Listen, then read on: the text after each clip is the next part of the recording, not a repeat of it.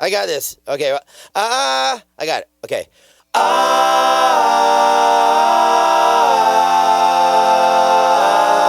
got some beers. Let's drink them, huh?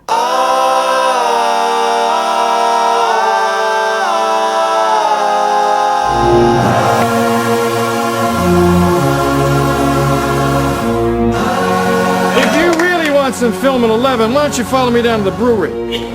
I'll tie a bowling ball to my ankle, dive in the vat of beer. I'll leave this world the same way I entered my marriage, dead drunk! Hello? Want a beer? Hook it up! Hey, hook me up! Yo, Herb, take it from the top. 1, 2. Beer? This is how we do it. My mic sound nice, check 1. My mic sound nice, check 2. My mic sound nice, check 3. Are you ready? That's cute. I remember when I had my first beer.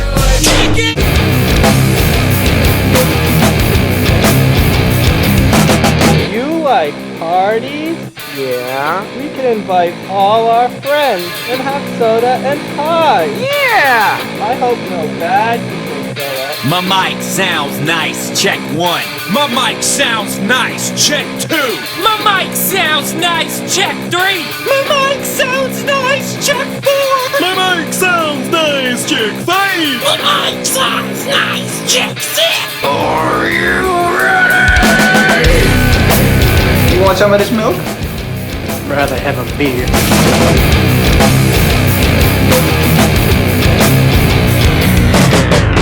What do you guys give me if I kill that bird? Barbara, that's a bald eagle. Get away, baldy!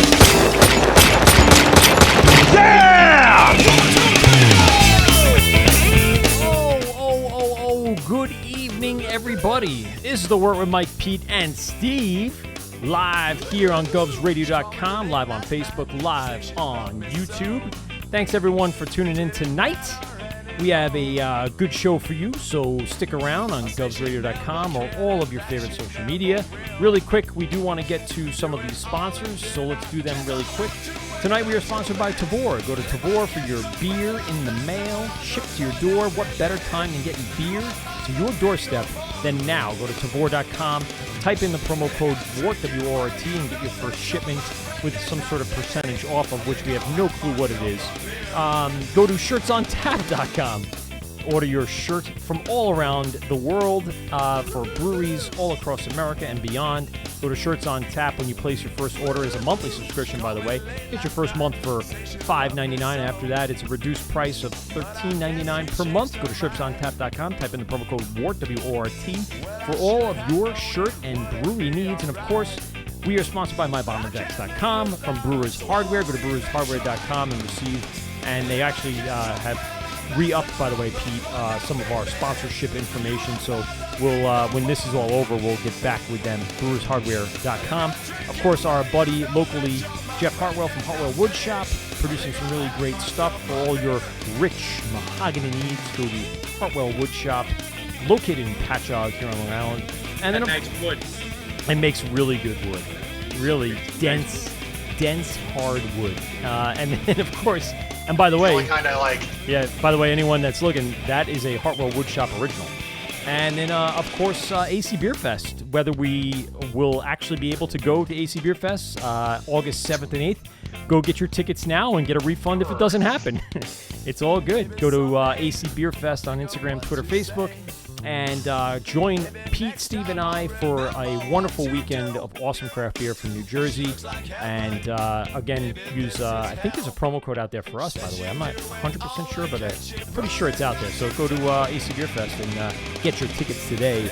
Probably is going to be a nice little like homecoming for craft beer for us, at least if it actually does go off. It'll be a nice little event, but we'll see. I'm actually very doubtful of that actually happening. Yeah. Especially since they announced today that the Oktoberfest in Germany has been canceled, which I was going to. And man, yeah. My brother had plans too. I think for like the third year in a row too. Yeah. Yeah, I think it's only the third time it's been canceled.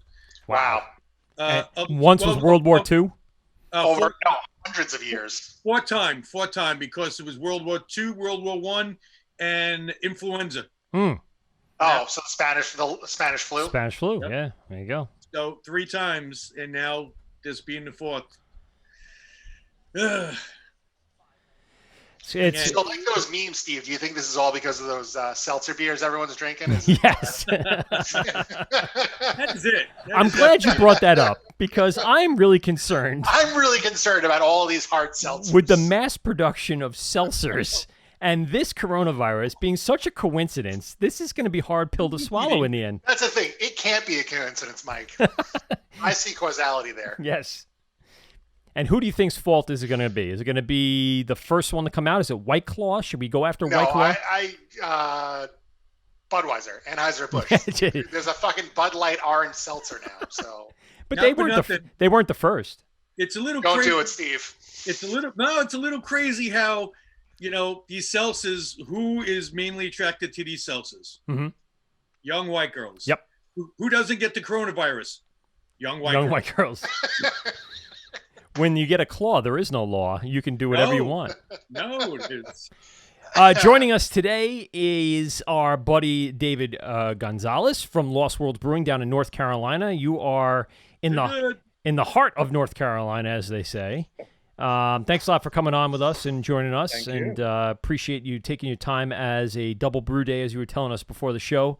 Long days put in for the brewers out there. So everyone that is drinking local brews, know that there is a ton of effort and passion still going into small businesses, and they're trying to get you, something to at least brighten your day. That we're all just kind of stuck inside, or at least in our backyards, and Or at we least need dull your senses. right. Yeah. We need God to, forbid anyone goes through this sober. which we shouldn't, Pete. In fact, No, I'm trying not to. I'm going to let you guys know, just so you know, you guys saw me drink something. This is not beer.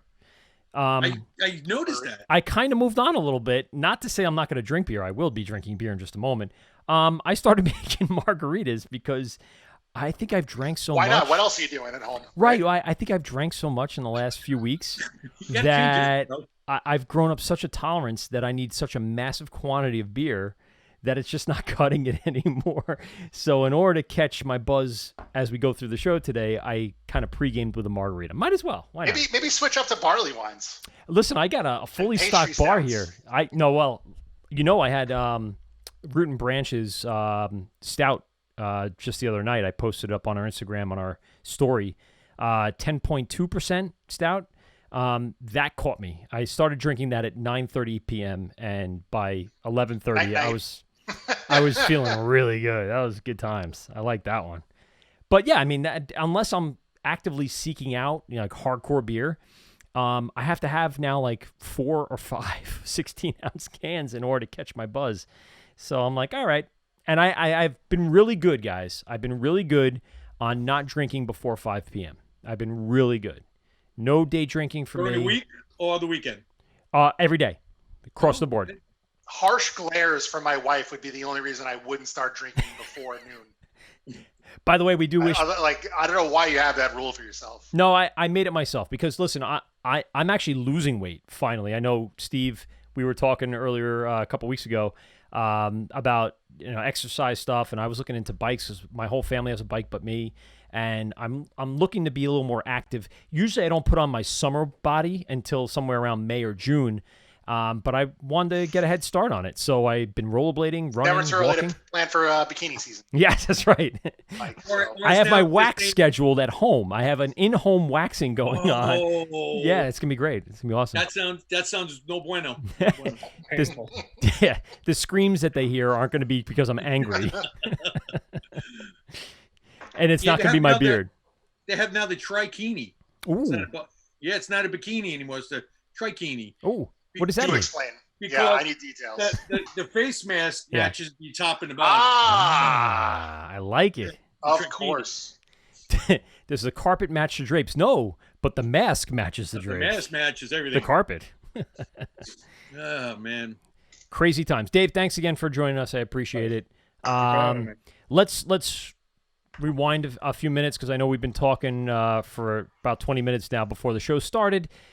Give us the history of the brewery. Give me a history of you because apparently Yeah. you're a New Yorker by I guess, birth. So you kind of uprooted and moved down. So give us the whole story and what's going on. So I grew up in Northport. I went to school in Stony Brook.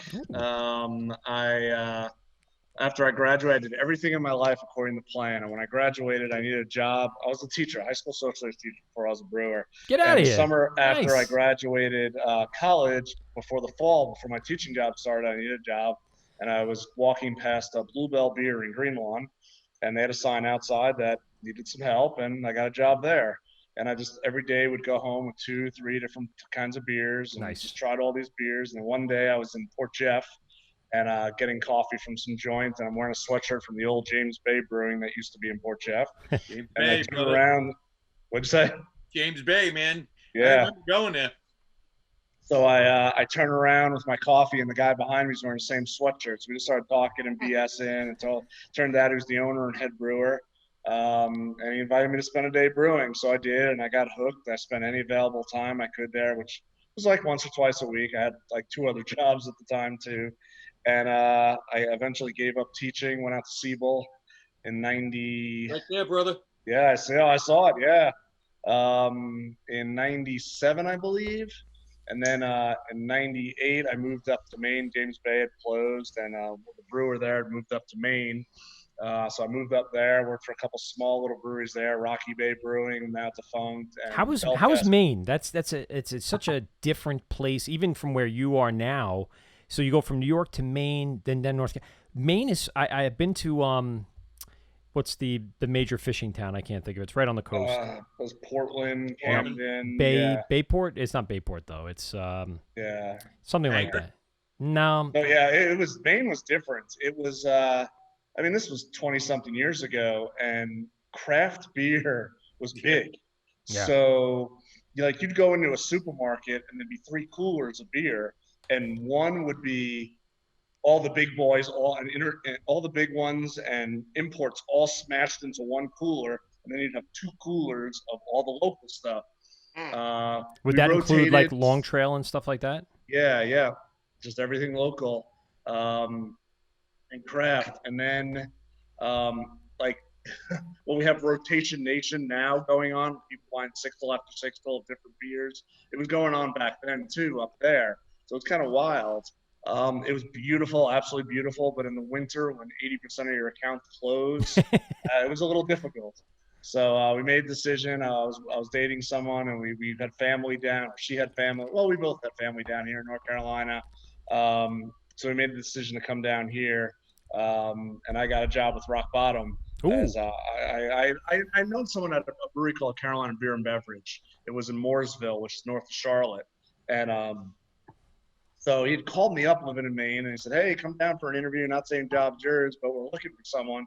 They didn't give me a definitive answer. No promises. Yeah, no promises. So we knew we were going to move to Charlotte. So I walked into the old Rock Bottom there, and they hired me on the spot. Nice. So yeah, I was there for about 11 years. About 10 years of it as head brewer. And then I left there, and I ended up going for a few months working for a homebrew outfit called Alternative Beverage. They had 3 locations. I oversaw their warehouse and main location. I was operations manager with a little Sabco brew system. Are they still there? Are they still on operation? Alt Bev, yeah, definitely. Yeah, they have 2 locations. They just closed the 3rd one down, which was about a mile from our brewery, which would have been really nice. Yeah, that the other one's nice. about 2 miles from my house, so that's pretty nice. So then I went up to Foothills. I got lured back into professional brewing to go work for Foothills Brewing in Winston-Salem. So they started as a brew pub, kind of grew a little bit, got to the point where they built a production facility. Because we did at the brew pub, I think the max we did was about 7,500 barrels on a 15-barrel brew house, brewing 7 days a week, twice a day, 365 days a year. They needed something bigger. So I got hired to be the pub brewer. So when everyone moved over to the production facility, I stayed back and got to do all the fun beers. Ooh. I did some like the core beers, some stuff to go out to market, but it was mostly fun stuff. And I was there for about 5 years, but I was still living in the Charlotte area. Now you did a lot of. Did you do a lot of experimentation while you were doing that? Yeah. Well, I think we had an IPA of the month program. So every month we did a completely different IPA that went out to market too. So we did that. was about 2.5 years that I was there that we did that. Very cool. Like I said, I was still living in Charlotte, so I basically commuted. It's about 90 miles, 95 Oh, miles. man. So I'd crash on someone's couch, or I rented a small apartment, like someone's bedroom, a spare bedroom in someone's house. But I have a wife and 4 boys, and it just got tiring of doing this. I'd go up on a Sunday or Monday and come home on a Friday or Saturday. What would they be doing in the meantime? What was the types of things they were, doing while you were in that work mode? What, my family or the brewery? The family. Oh, well, my kids went to school. My wife took care of them, all that stuff. Oh yeah. So it was strenuous. There'd be a couple weeks where I wouldn't be able to come home, so I'd have to work on the weekend type thing. It was strenuous, and it got to me after a while. The plan was to move to Winston, and it just never happened. So one of the hardest conversations I had to tell was a very, very good friend of mine and colleague and my boss, that I was leaving his company to come back to Charlotte. Completely understood, very supportive, great family up there, great company, great products. So I left to come back to Charlotte to be director of brewing for Noda Brewing in Charlotte. Oh, okay. They had just opened their second facility, 60-barrel brew house, 240-barrel fermenters. Nice. So I became director of brewing there. Sweet. Which really, I just did special projects and stuff. Yeah. We had a production manager, we had a head brewer, so I really just did special projects and stuff. I was there for about a year, and I got a calling to go back to pub brewing, which is most of my background. So there was a brew pub around the corner from my house called Rivermen Brewing. Okay. And they had started as a small nano 2-barrel system, 9 bar seats, 7 if you had to open the door, because they had to move 2 bar seats to open the door. So they decided to open up brew pub. With 2 systems. It was a 2-barrel with 2s and 4s, and then a 10-barrel 10s and 20s. Wow. And I remember you did a lot of work there, man. Yeah, we did. I was part of the build-out crew and everything. Yeah, it was fun. It was rough. They had massive financial issues that a lot of it didn't come to light for a while. So I think 4 of us were laid off in one shot. It was me, the assistant brewer. Well, I was hired as director of brewing. Our head brewer quit. He now owns a brewery here in the Charlotte area. So I took over his responsibilities. So me, the assistant brewer, the executive staff, and the sous chef were all let go within a matter of weeks. And then they just plummeted, went down more. This was a year ago, January, and then last July they closed. Well, what attributed to that demise? Hate to say this, but it was a lot of ownership issues. Okay. A lot of ownership, a lot of not having cash on hand. We opened with minus dollars in the bank. Yeah. That sounds bad. It was just That's a good thing. Yeah, so it is what it is. That facility was actually just bought by a brewery near here to be a second facility for them. So that ended January of last year. I got a call to help out with a brewery in High Point, which is outside of Greensboro, about an hour and a half north of here. A long-time brewery there called Liberty Brewery and Grill. Their brewmaster went on sabbatical leave for a number of months. He got hurt. He got injured and was out for about 6-7 months. So they were calling in brewers, and the brewer that was there saw that I just left Rivermen and called me up and said, "Hey, would you fill in for this guy until he's able to come back, probably about 2 to 3 months?" I was like, "Sure." So I did that February, end of January, February, March of last year, and then I consulted for a few places. And I somehow hooked up with these guys at Lost Worlds, did some consulting, and then came on board full time in October, I guess. I mean, really June is when I kind of came on board. And I've been here since. We started brewing. St. Patrick's Day was our first brew. Wow. So very, very recently. Yeah. And and good timing there. Yeah, and we have a 10-barrel brew house. We have 180 barrels of beer in tanks right now. Jesus Christ. And then kegs. Yeah, we've been brewing a lot. What are you drinking right now? I see a nice little dark beer you got there. Yeah, this is our Trek Porter. Ooh. So right now we have 4 beers. I'm director of brewing and head brewer here. I have an assistant brewer, but I got to design all the beers and stuff. So right now, the 4, we have our Euchre. It's a golden ale. It's a really, really, really light beer. I modeled it on a light lager, but I didn't want to do a lager, so we did an ale. It's like, I don't know, 3.7%. I mean, it's really light. Nice. Yeah, it's crushable. I crushed one in that's like 45. That's a nice summer beer right there. Yeah. So, and it kind of goes Let's with have 12 of those. Yeah, it kind of goes with our theme, which I could talk about in a second. So then we also have our Vista West Coast IPA, classic West Coast, Chinook, Cascade, Centennial, Simcoe, just real classic, piney, a little dank, a little citrusy. That's 7.2. Then we have our Equator, which we're calling it's a session IPA. It's an island IPA is what we're calling it. So it's juicy, hazy, but it's got a lot of mango, coconut, tropical flavors to it. El Dorado, Satana, Mosaic, Azaka are in it. So that's that. And then the Trek Porter, which it's between a robust and an English brown type porter. I kind of go with more of a robust, but it's real nice. Did a lot of those recipes that you brought into Lost Worlds come from other places through experience, or was it brand new recipes off the bat? Mixture of both. Okay. So I really lucked out with our founders. We get along very well.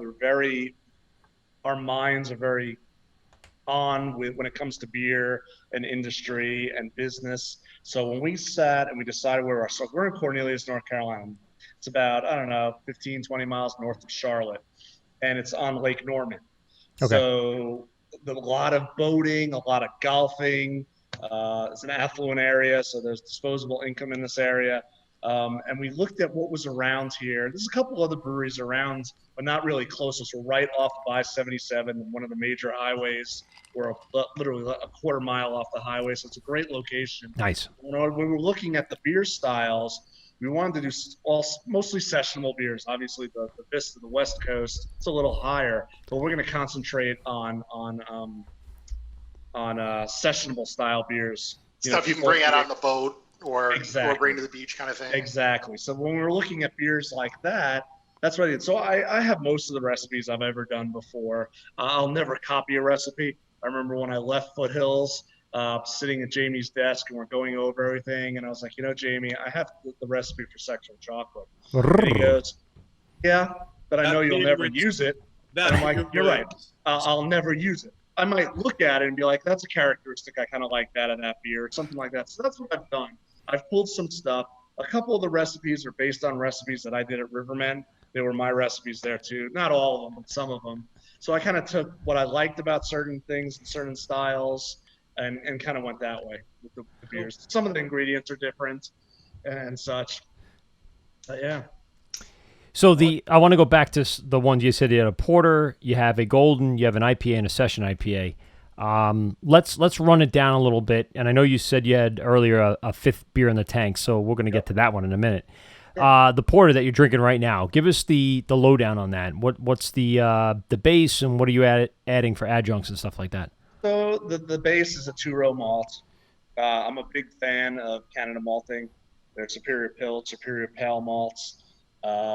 We at one brewery I was at, we had switched. We had used Vireman and Muntons as our base malt, and then we switched to this. And we noticed our efficiencies went way up, and our costs went way down. So when I went over to River, and I decided to kind of go that route. So we're getting real, and then come here, and we're lucky enough where Country Malt Group's got a warehouse about 2 hours from here, so shipping is cheap or cheaper. So, and they're the supplier for that. So that's it. It's got some chocolate in it, some black malt, a little bit of midnight wheat. I'm a huge fan of midnight wheat. Yep. Wait, what is that? It's a sounds like something I'd be into. Yeah, it's a debittered wheat malt. So it's a roasted wheat malt, but it's debittered. Okay. So what does that mean? Basically means you don't get a lot of roast characteristic out of it. So when you're making a stout, stouts are really roasty, but porters and something like that have more of a chocolatey character to it. So you get a lot of the darker. It's got a higher Lovibond, which is the scale you use for color in beer. So it's got like a 420 or 500 Lovibond, somewhere in that range. I can't getting all that color without that bitterness. Okay. Yes, that's exactly what it is. Got it. So I've used this malt. I've used it in a black IPA. One of my favorite styles, by the way. Yeah, same here. David, I love a black Schwartz IPA. beer. I did it in Yeah. Schwartz beer. I came up with Schwartz 2 beer. different. That would be one of my faves. Yeah. Same here. So we'll do one of those eventually. So it's somewhere in that character range, is what you're saying. Yeah. Cool. There's some chocolate, some black. I'm a big fan of Reese's specialty malts, their caramel malts, and all their other stuff. So that's what we use. What are you guys using for yeast? Are you guys using dry or liquid? Both. So I had never really used dry yeast up until the last when I was at Riverman. And the owner there had been a brewer before. He'd started a small little brewery. So he kind of convinced me to use dry, and it worked well. We used SO4 and USO5. So when I came here, our whole model changed in a matter of weeks. But the big thing that stressed me out, I could do the recipes, I could plan our brews, I could build the brewery, meaning design and figure out all the parts we needed, everything like that. But the big thing that was yeast. I was like, well, we could use White Labs. They're 2 hours away. We could go, not pay shipping, go pick it up. Just go pick it up. Don't even nothing in the mail. Go. Their pizza is awesome. They have a kitchen there. Awesome. So I was like, all right, but not everybody knows shipping for yeast is astronomical. Yeah, it's ridiculous. It's next day overnight just to make sure it's fresh, and it's sometimes half the price of what the actual yeast is. Oh, yeah, definitely. Oh, fuck. Yeah, definitely. You could spend a couple $100 on shipping. Jesus Christ. Yeah.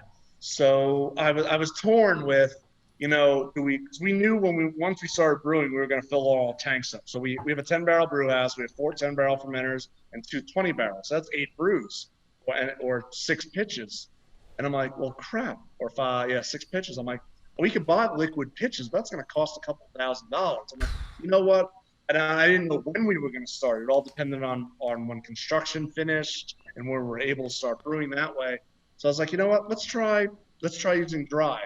So all of our beers have is 05. Well, not all of them is US05, which is Chico. I mean, it's a standard strain. I really wanted to put 04 in the porter. It's an English strain, but we couldn't get any. The suppliers were all out. Oh, wow. So, yeah. So, one thing we're finding out with this COVID thing is baker's yeast. They're running out of baker's yeast. So there's a lot of home bakers are using brewer's yeast now and stuff. So my wife bakes almost every single day. Everybody wants to make sourdough bread all of a sudden. Yeah. So we couldn't get 04. So most of our beers, the Equator, which is our session IPA, uses a different strain. That's a liquid, but I was able to plan accordingly for that.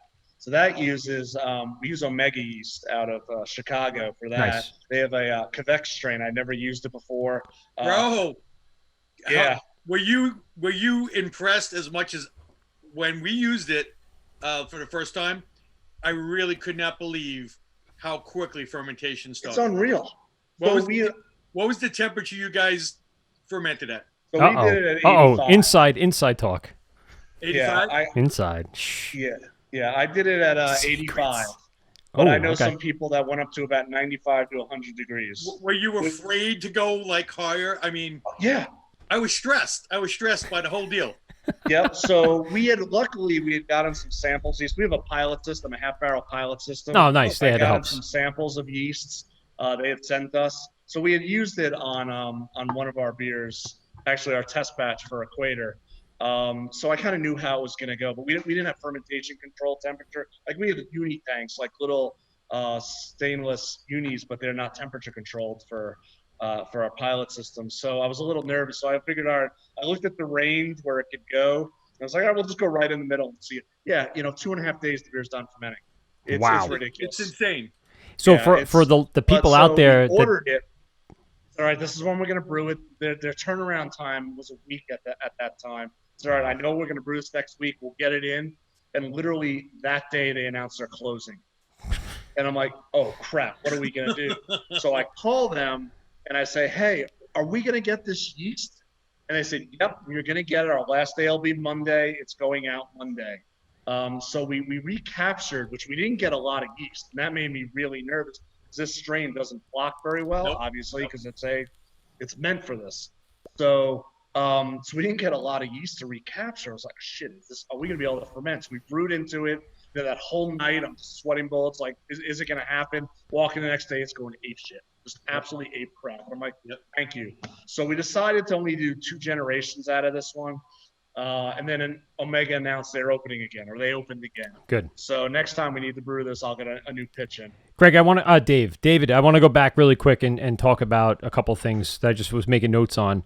The first is, when you guys are putting a whole plan together and making up what you want to do, there was no insight to what was going to happen in the next month or so. So your first brew day was supposed to be, St. Patrick's Day, you said?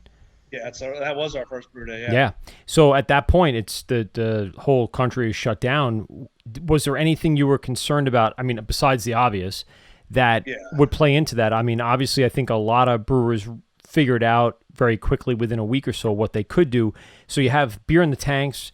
What was the plan then moving forward? Well, we had to completely change business model. So our location, we're in a strip mall with a lot of stuff around us. We're in actually an old Blockbuster Video, so we're not that big. Yeah, which is wild because Classic. the signs on the street still say Blockbuster, and we're gonna take them off. And I can only put them in a certain area of the brewery just because of our.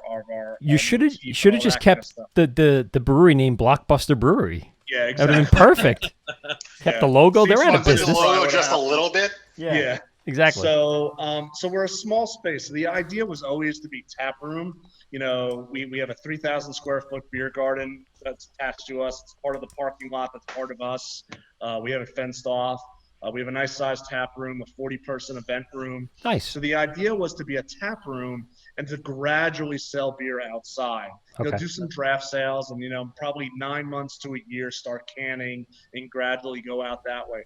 Our founders, well, that one ran out the fucking window, right?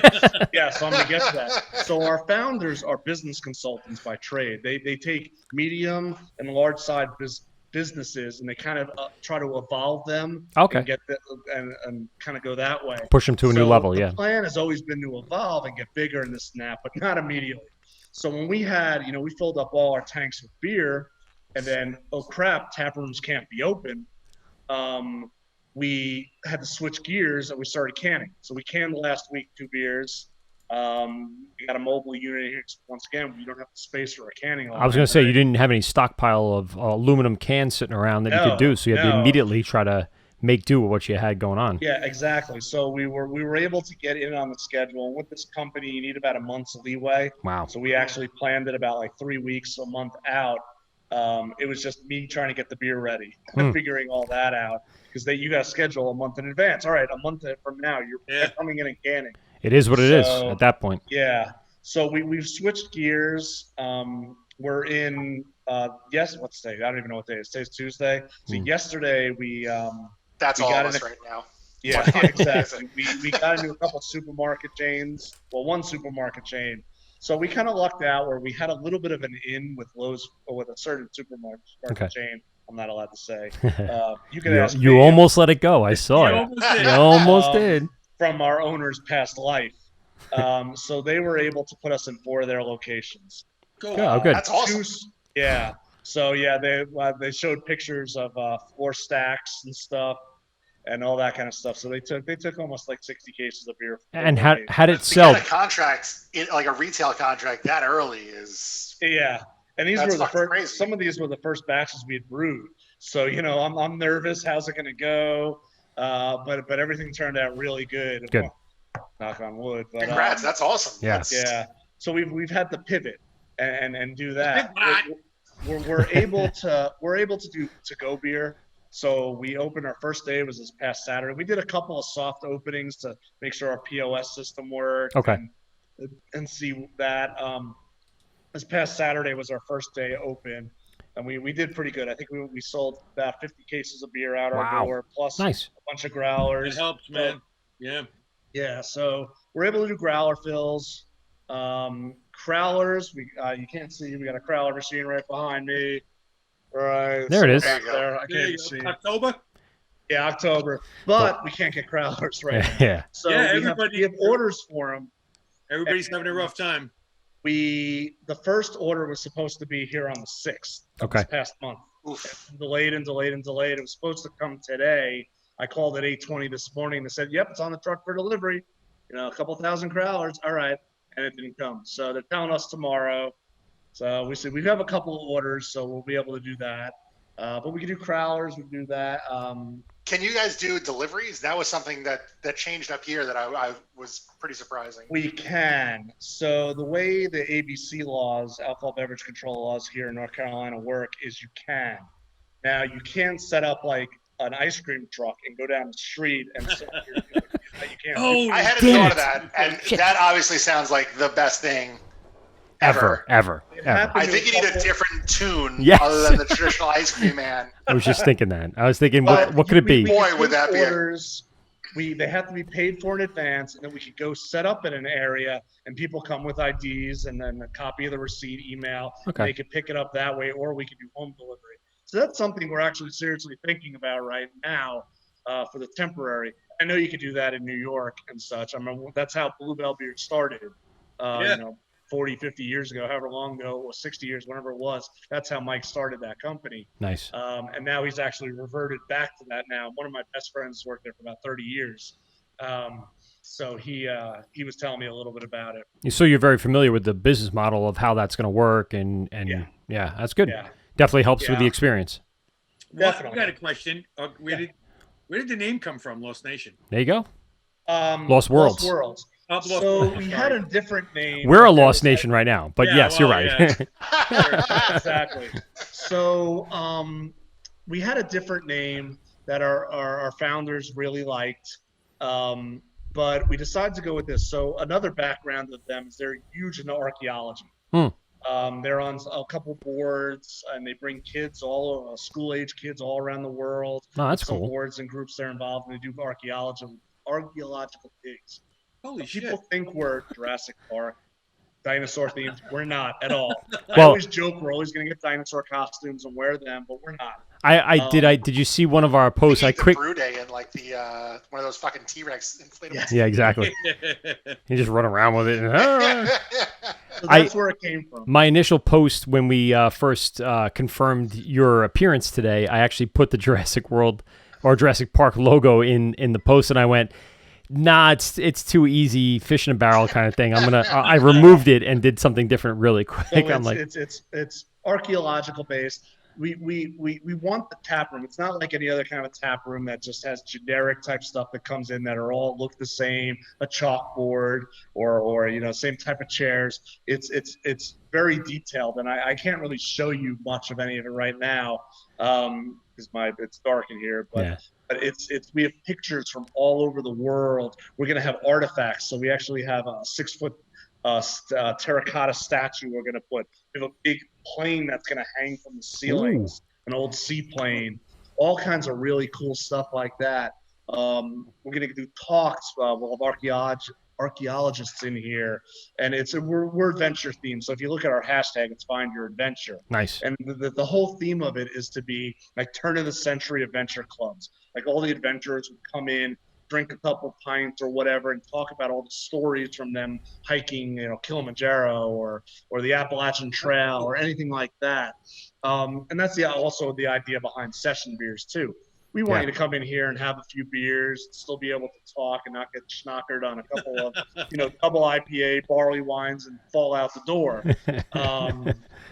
So it all falls together. Location, where we're located, our theme, beers. So it's really cool. That's great, man.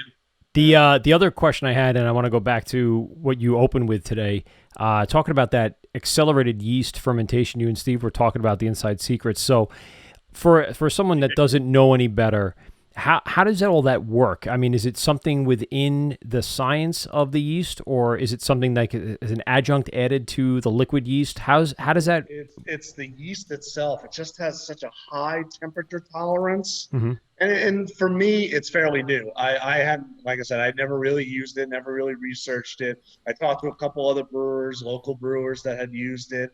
I think I went to a seminar on it. And but it's all temperature. So with certain strains, like a normal ale strain, you ferment above, 72, 75 degrees, you're going to get a lot of fruity esters out of it. You ferment any more higher than that in the 80s or 90s, you're gonna get a lot of fusel, higher alcohols that come out of it. But with this strain, you don't get anything. That what me and Steve were talking about earlier, being nervous. I was like, how do you do a D-rest like a diacetyl? Yes. And you really don't, bro. Yeah, you don't, because it does itself. It's so weird. It's so weird. I'm a clap.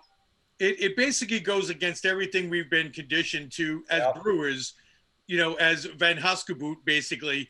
This is where you brew, this is how it's done, and don't deviate from it. And then all of a sudden this strain of yeast comes along that actually has been around for over 100 years.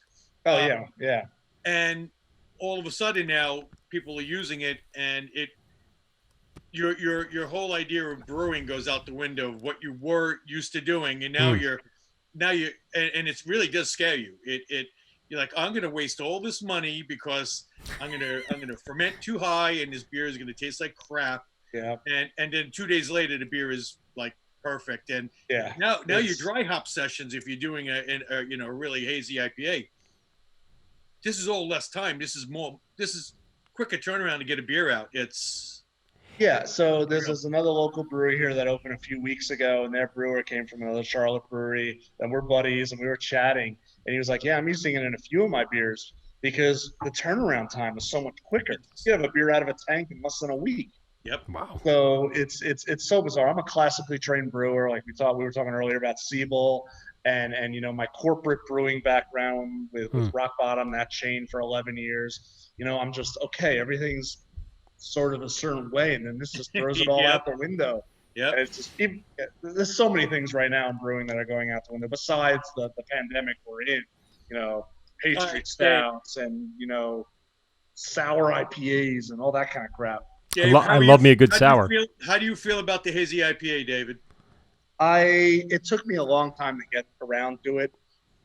Once again, classically trained, look at a beer, you look at it, it's clear. You take the first bite with your eyes. So you look at it, you're like, hell yeah, clear beer. It's nothing in it. Looks great. I want to drink that. Hold on. I think I got an idea for a new tagline for our show. Taking the first bite with your ears. Hey, no? Look at you. Pete hates it. I think he just shit himself. It's one of the two. It's either. How about take that first sip with your ears? Ooh, that's a good one. All right, getting better. That's how we do these sessions. We just kind of throw around some ideas. So we're gonna have to give David a little like, hey, thanks. A dash and then his name, David Gonzalez. Yes. Yeah, perfect. So the haze, I don't like calling them hazies. I like calling them juicies. And with this a beer, our equator was going to be a juicy IPA. It is. It's not overly hazy. It's not milkshakey type looking. It's got haze to it, but not a lot. The term juicy I like a lot. Not orange juice. I've had a lot of these beers that you taste. You look at it, it looks like orange juice. You smell, you taste it, it's orange juice. I don't like that. This one, it's got the tropical notes in it. So for me, with the New England type beer, that's what I want. I don't want the milkshakey, thick looking beer. I don't want the complete orange Julius type beers. I've had ones where you're drinking it and you can see like there's just particulate. Yeah. Oh yeah. Yeah, those ones are a little off-putting, but those New England like juicy style IPAs, that's what got me into IPAs. Like when Mike and I first started doing the podcast, I'm like, I don't really like IPAs. I've had a bunch, there's been a couple like session IPAs that I kind of liked, but then I started trying some of those New England hazy juicy IPAs. I'm like, it's fucking great. I could drink these all day. As it's gone on, and that's opened me up to some of the more traditional IPAs. The West Coast a gateway. Ones, the West Coast ones for me are still a little. Those are tough for me, but what it is, it's for you. It's the bitter. Yeah. Yeah. That's what it is, and you get some of the big West Coasts.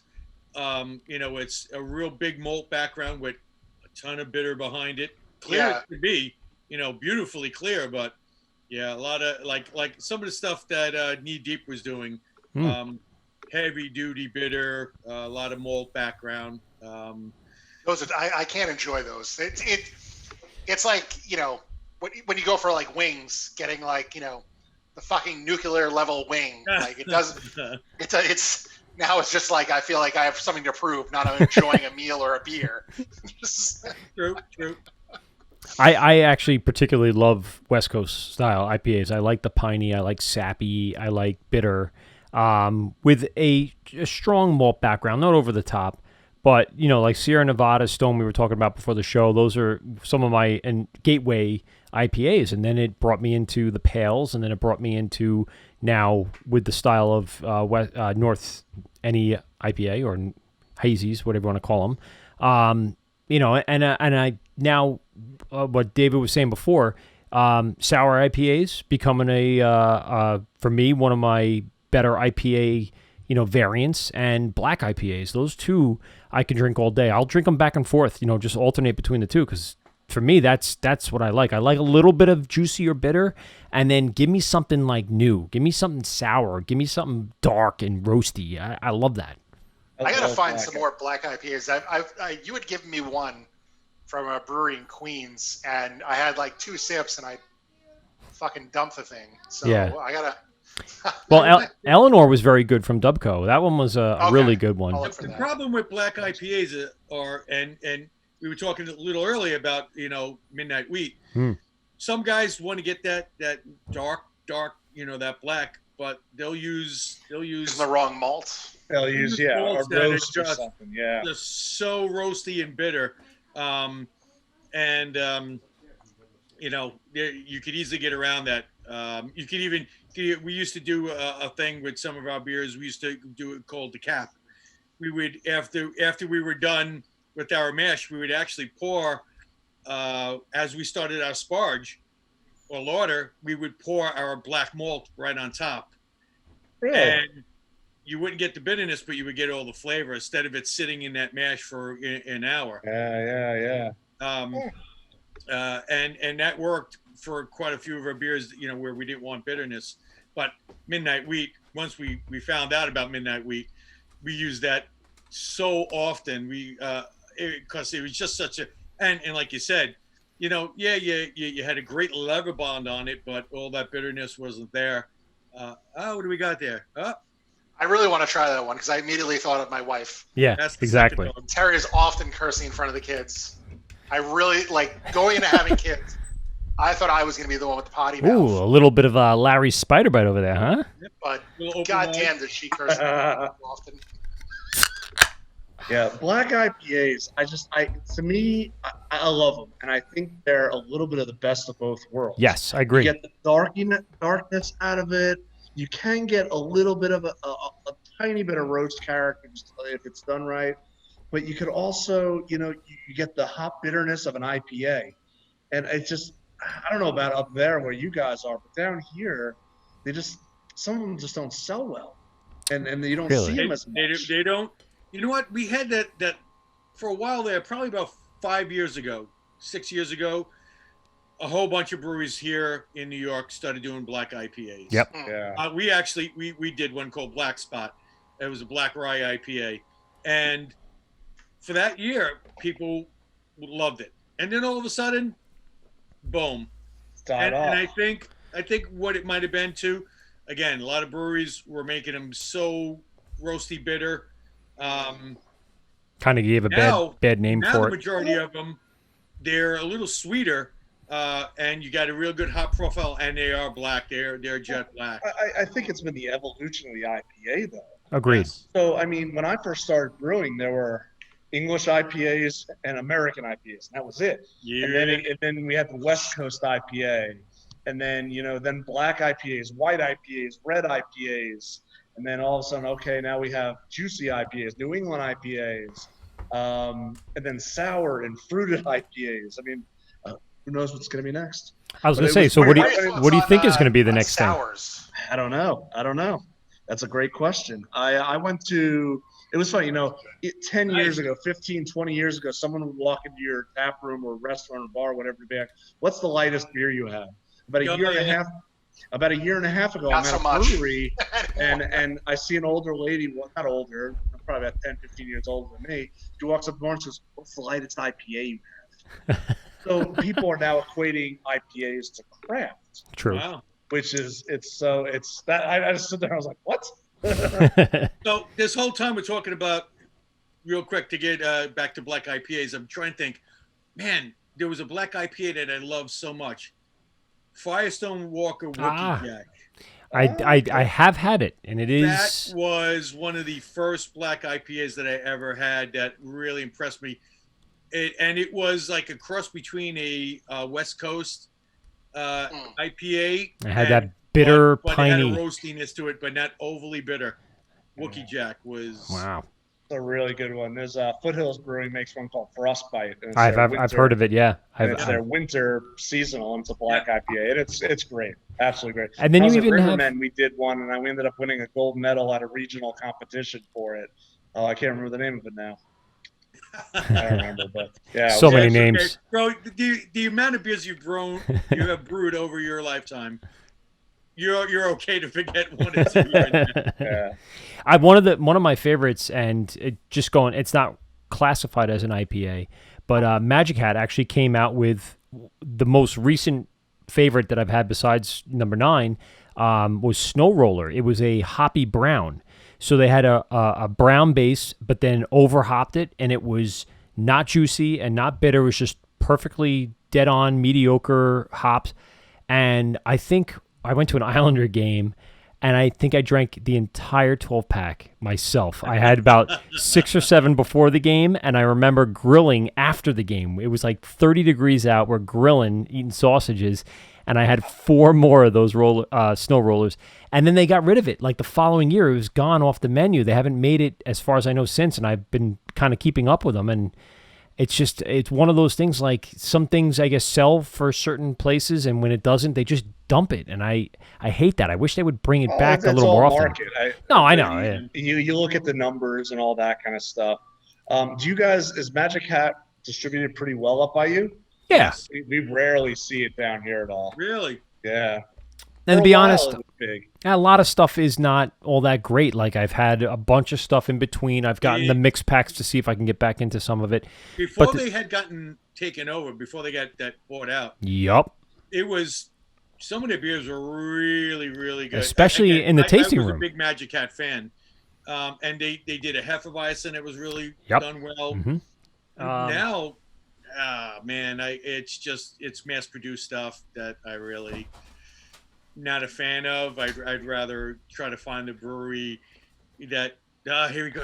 Bro, you have so much Magic Hat. Well, listen, like I said, early on, I was very into it. And when I first opened this bar down here in 2007, I saw, like, people came in for the opening of my little bar down here with a bunch of Magic Hat stuff because they knew I loved it. And so I kept a lot of this stuff. It's kind of all just under the bar now, and obviously I don't have it out. But this is real tin, and one of the classic, things that they would post in their brewery. And I also have one of the original tap handles that they had at the brewery that you could actually sub out their seasonals, their rotating seasonals. Oh yeah.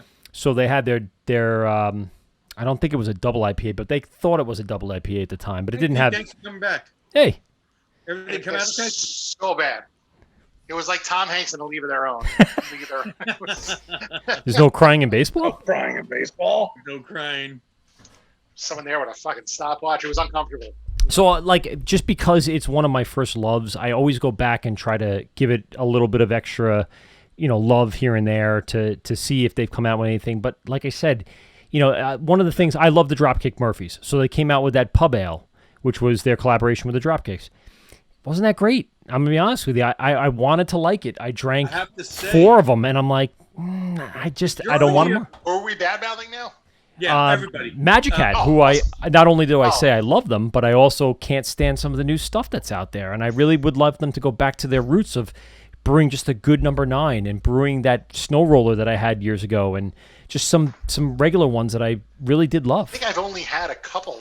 I think the only Magic Hat beers I've actually had are number 9. I like this is one of my favorite questions, and going forward, every brewer is going to get asked this.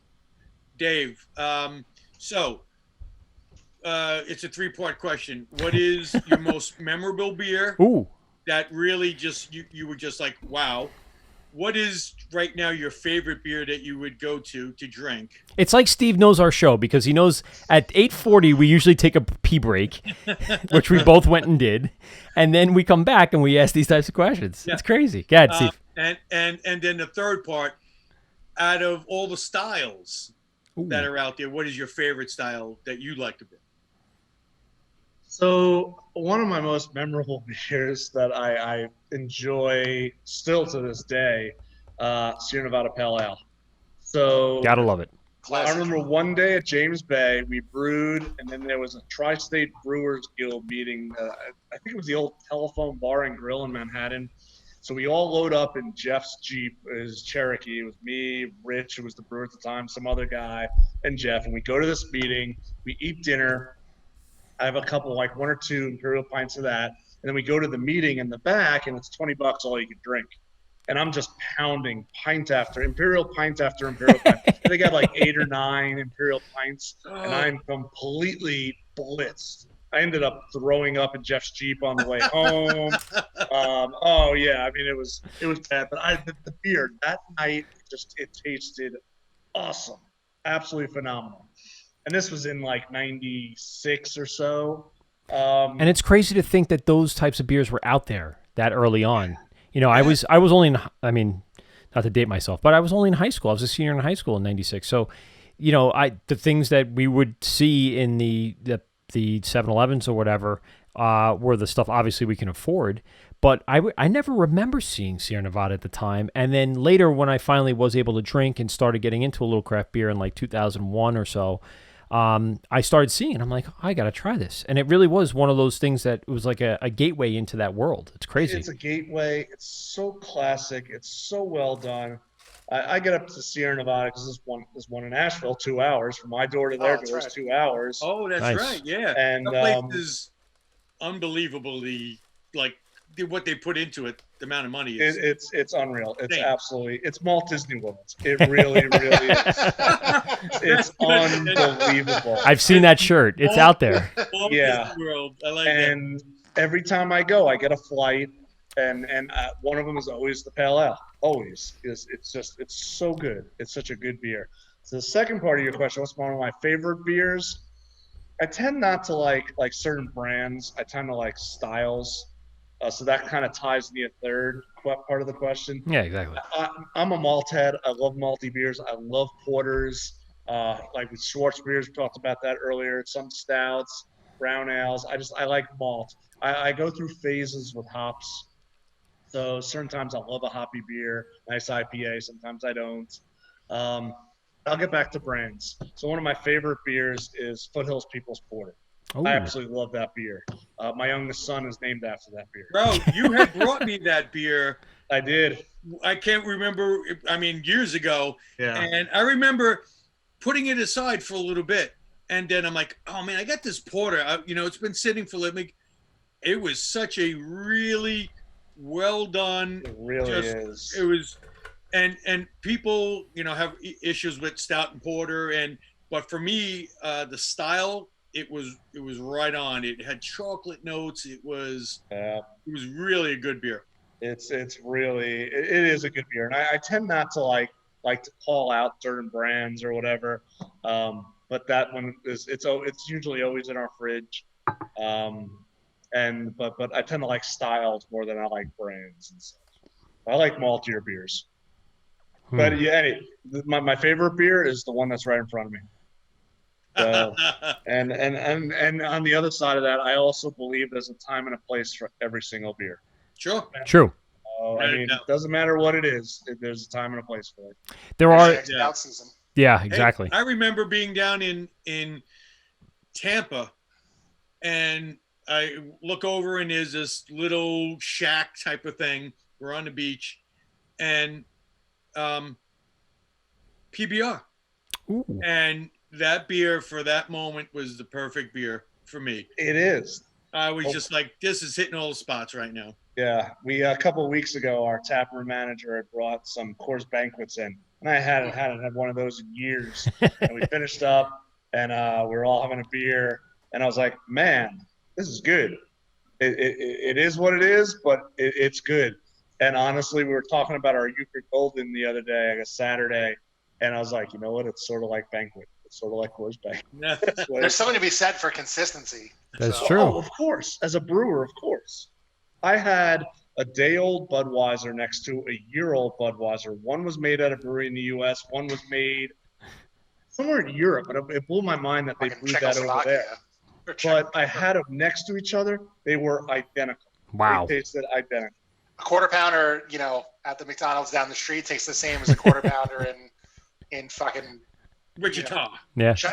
or China. Yeah. You know what I mean? Like, Whoa! Let's relax there. China. Little China. China. But the point is, like, when you have all these, different areas that can support local craft beer, can you get a IPA, New England IPA, that tastes the same in Long Island versus North Carolina? And I don't think you're not going. I don't think you are. I think you're going to get. I think you are. Yeah. I'm going to tell you. I'm going to say right now, there are, the amount of all the hazies that are out there, and whatever you want to call them. You have these big haze boys that are out there, and especially they're haze boy fanboys, so they'll only be, hazy. But they'll only be haze boy fanboys for certain breweries. If I took at certain breweries all their hazies and put them in a line, and I asked the haze boys to name them, you're not naming them. No, That's you're right. what I mean. So could you get the same? Could you get the same beer in here as you could in Nevada or Texas? Yeah, I think you can, because some of those beers, they just end up starting to taste the same after a while. So, yeah, there are breweries that are known for making this. I went to one about 1.5 years, 2 years ago, and then I went to one about 6 months ago, and they lined all the beers up, and they all tasted very similar. They were all haze bombs or whatever, and they all just tasted identical. This one's got Citra. This one's got Simcoe. This one's got Amarillo.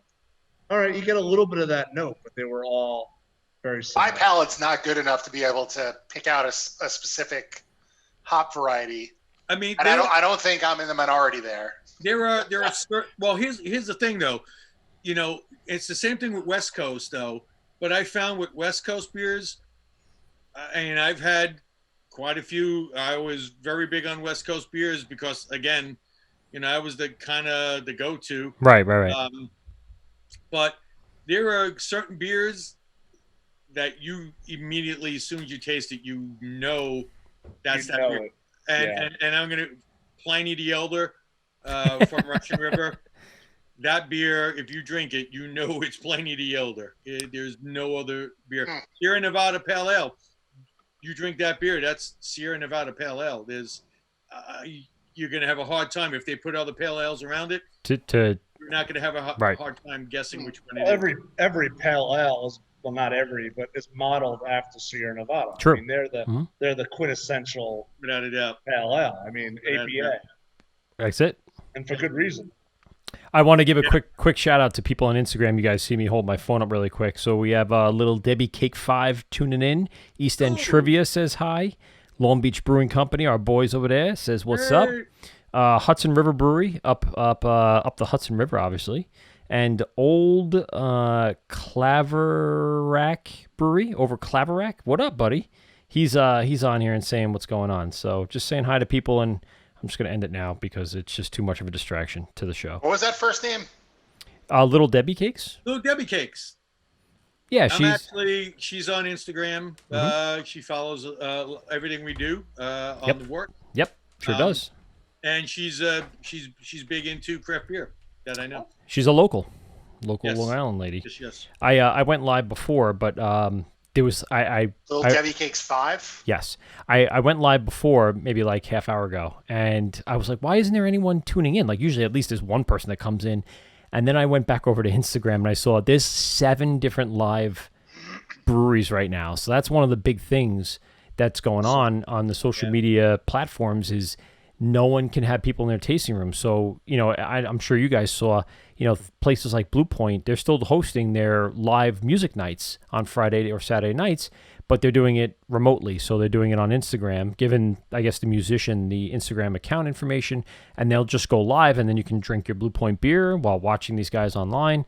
It's kind of like this new normal thing going on. It's strange, but it's working. The big thing now is, I have to say, I give it to a lot of the breweries and a lot of the restaurants, bars that are out there. They're thinking outside the box now, which you have to do.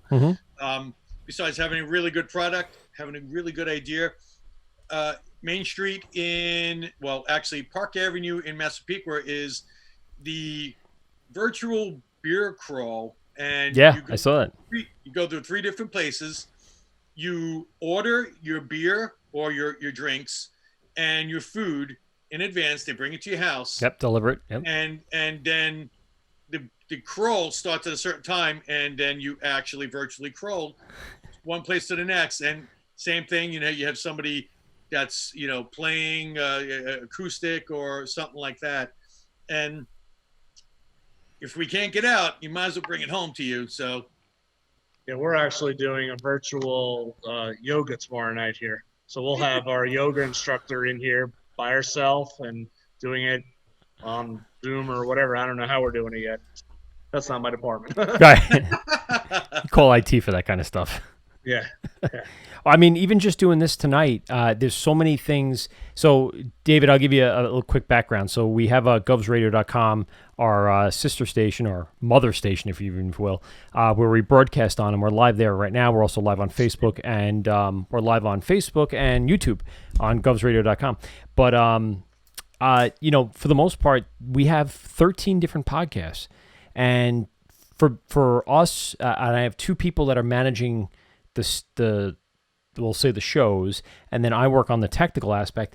It is a ridiculous undertaking to get things like this to work. Now, to take a simple phone, and hit record is very easy, but it doesn't present this level of broadcasting that now people at their homes are doing. So what we're doing here, besides me having a mic and you guys being on, is like that next step up that people are having a really tough time kind of grasping the level of information you have to have in order just to do something like this. For us to take our Zoom, to bring it into a streaming platform, to then distribute it out, there's like a million things involved with it, including not only video but audio and metadata and all that. It's just crazy how much people, and the learning curve is how much people are learning in this time about technology. Even so much like my in-laws or my parents, they never Zoomed before. They don't know what it is. They don't know what it means to do a virtual background, to bring up a whiteboard to play tic-tac-toe. But people are learning so much technology right now. It's going to be hard to just dismiss that and push it away moving forward. Really will. My kids are going to school, and they're doing it via Zoom right now. All virtual teaching. It's so bizarre. I've been doing it as well. My daughter had a Zoom pajama party for pre-K today. That's awesome. We've been doing like family members' birthday parties all around the country because we've had a couple of milestone birthdays recently, and all my cousins and aunts and uncles, we all get on Zoom or whatever, and we have a birthday party. It's weird, really weird. And have you guys been doing birthday parades? Have you been doing that? Harry's got to do a couple on Sunday. I think did I mention your wife's birthday yesterday? So happy birthday to Terry, Pete's wife. Happy birthday, Terry. Even though I know you're probably not watching because you hate your husband right now. She sure does. Because birthday, the little Terry. was crying. Yeah. You can hear it through the floor? Yes. I did. Oh. I did hear the screaming infant through the floor. That's great. I had before, when I ran out really quick, I was going to get a beer, but I also peed and then also took care of the kids and put them quickly to bed. So taking care of a couple things at once. Ooh, what is that? What is that? More spider bite. More spider bite. Yeah, Rafina. Ooh, a Belgian quad. Yes. They make good beers. Larry makes good beers. Yes, he does. Larry's my boy. We've been really good friends for a long time. We've done many collaborations together. Dude, Collaborator was the balls. Yeah. That was that Doppelbach. Was that Doppelbach? And that thing was. He still has a keg of it that we were supposed to ice. Yeah, that never. I was anxiously awaiting. He still has that, and the best part was the name of that beer, and I don't know if I'm going to even say it because Larry obviously has issues with everything is very, very, I don't know. If you open wide, I mean, I like to see you tap dance around all this. It's great. yeah. I homebrewed with him a few years ago. I was visiting my folks. Somehow we ran into, I think I went by the brewery or something.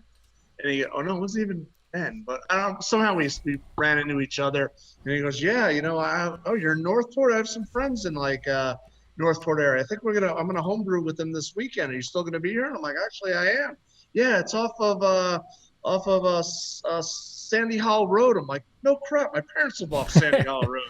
So it was. I'm not kidding. A quarter mile from my parents' house. So I went up there. It's someone's driveway, and we spent the day brewing. I don't know. It's supposed to have been 5-8 years ago or something. Yeah. They thought you were coming over to visit, but you ended up just walking out, be like, "I'll be right back," and then you're gone for 4 hours.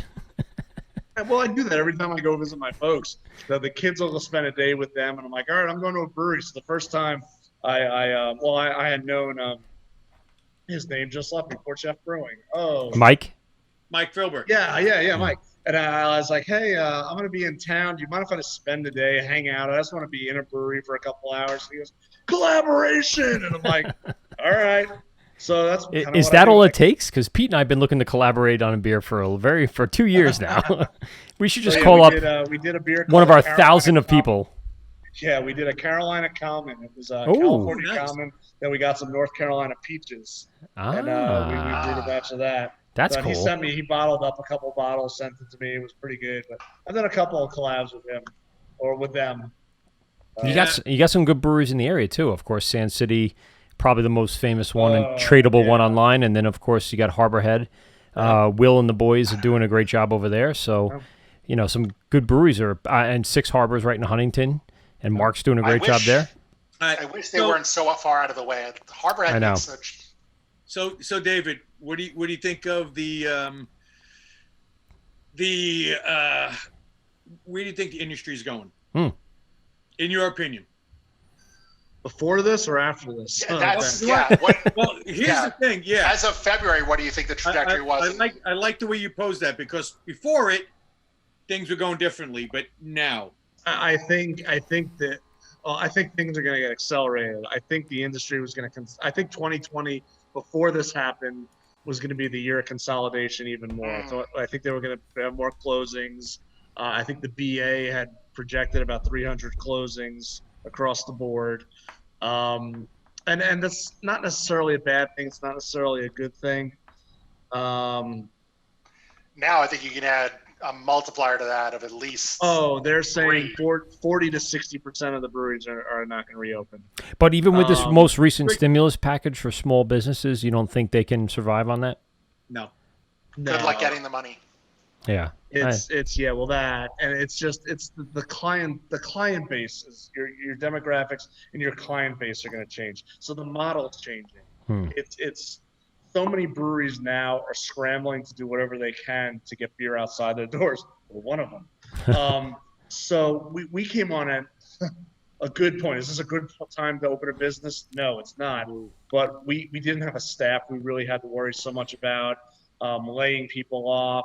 We're still new, so getting our name and brand out there is going to help us. Whereas, a brewery that opened 6 months ago, a year ago, is going to have a lot harder time than us. Yeah, it's already old shoe. But what we're going to see is people with the unemployment rates being so astronomically high, people aren't going to have as much disposable income after this. Yes.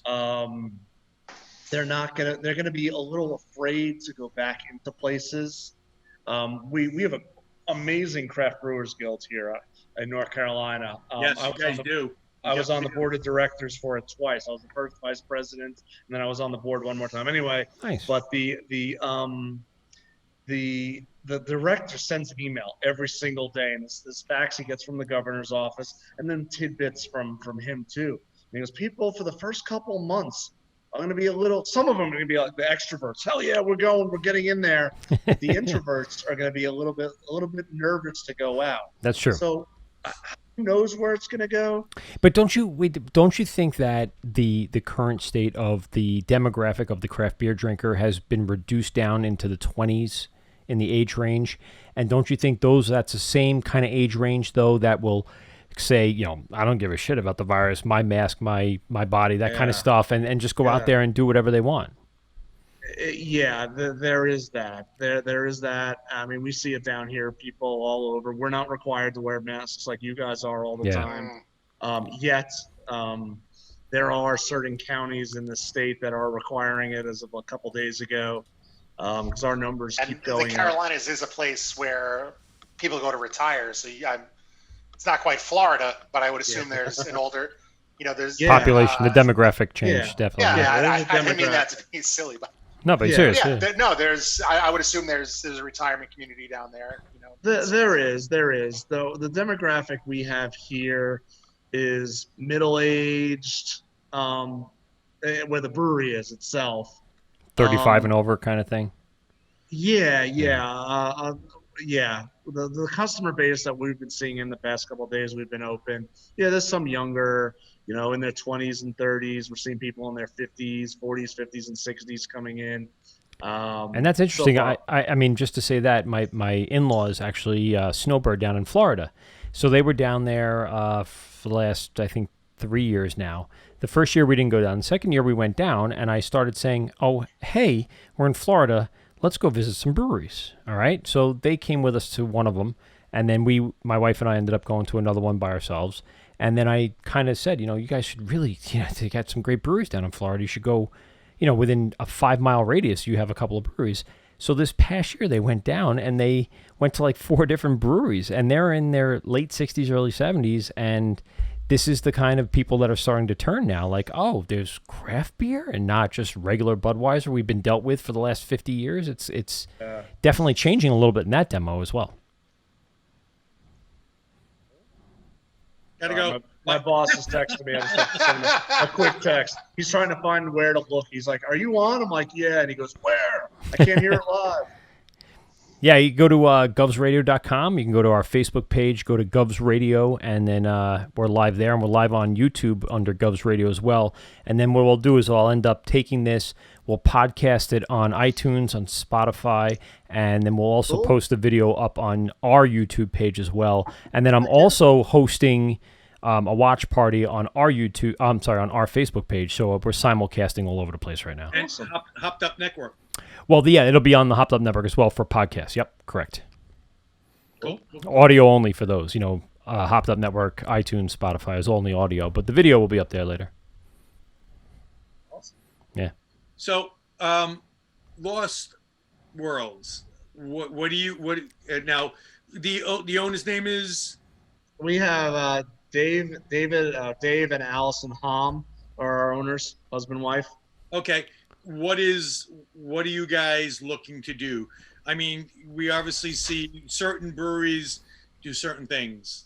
Some are passionate about lagers, some are passionate about Belgian. What do you guys? And we already touched on it because of the locality through. So mostly sessionable beers. Okay. That's what we find. We think our demographic is going to want, and it is. That's what they are wanting. That's what we like to drink, so that's a plus two.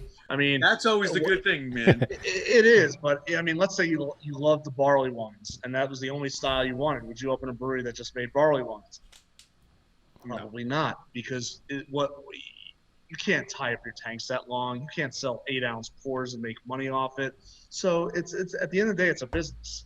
And you have to make good business decisions. So sessionable beers for us, that's what we are.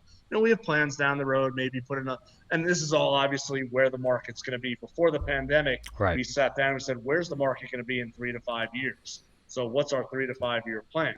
Our tap room, or what we call our base camp, is number one. That's key. We have to supply this. This is where we want people to come to, but if the market's still justifies building a production brewery in 3 to 5 years, a bigger one, maybe we do that. We see that where that is. I don't know if even before this chaos, I didn't know if that was going to be the case. Sure. With more consolidation and stuff. we've talked about maybe satellite locations down the road. Just a tap room. Who knows? Now the in North Carolina, the laws, is there, like in New York we have farm brewers can Fucking read my mind. Or micro, you guys, can you with your license just do satellites, or? We can, up to each TTB license, we can do 3 locations. Oh wow! And that's just natural to the. Read my mind, Steve. That was my next question. Yeah. Is that a licensing issue? Is that just a simple, like everyone has that?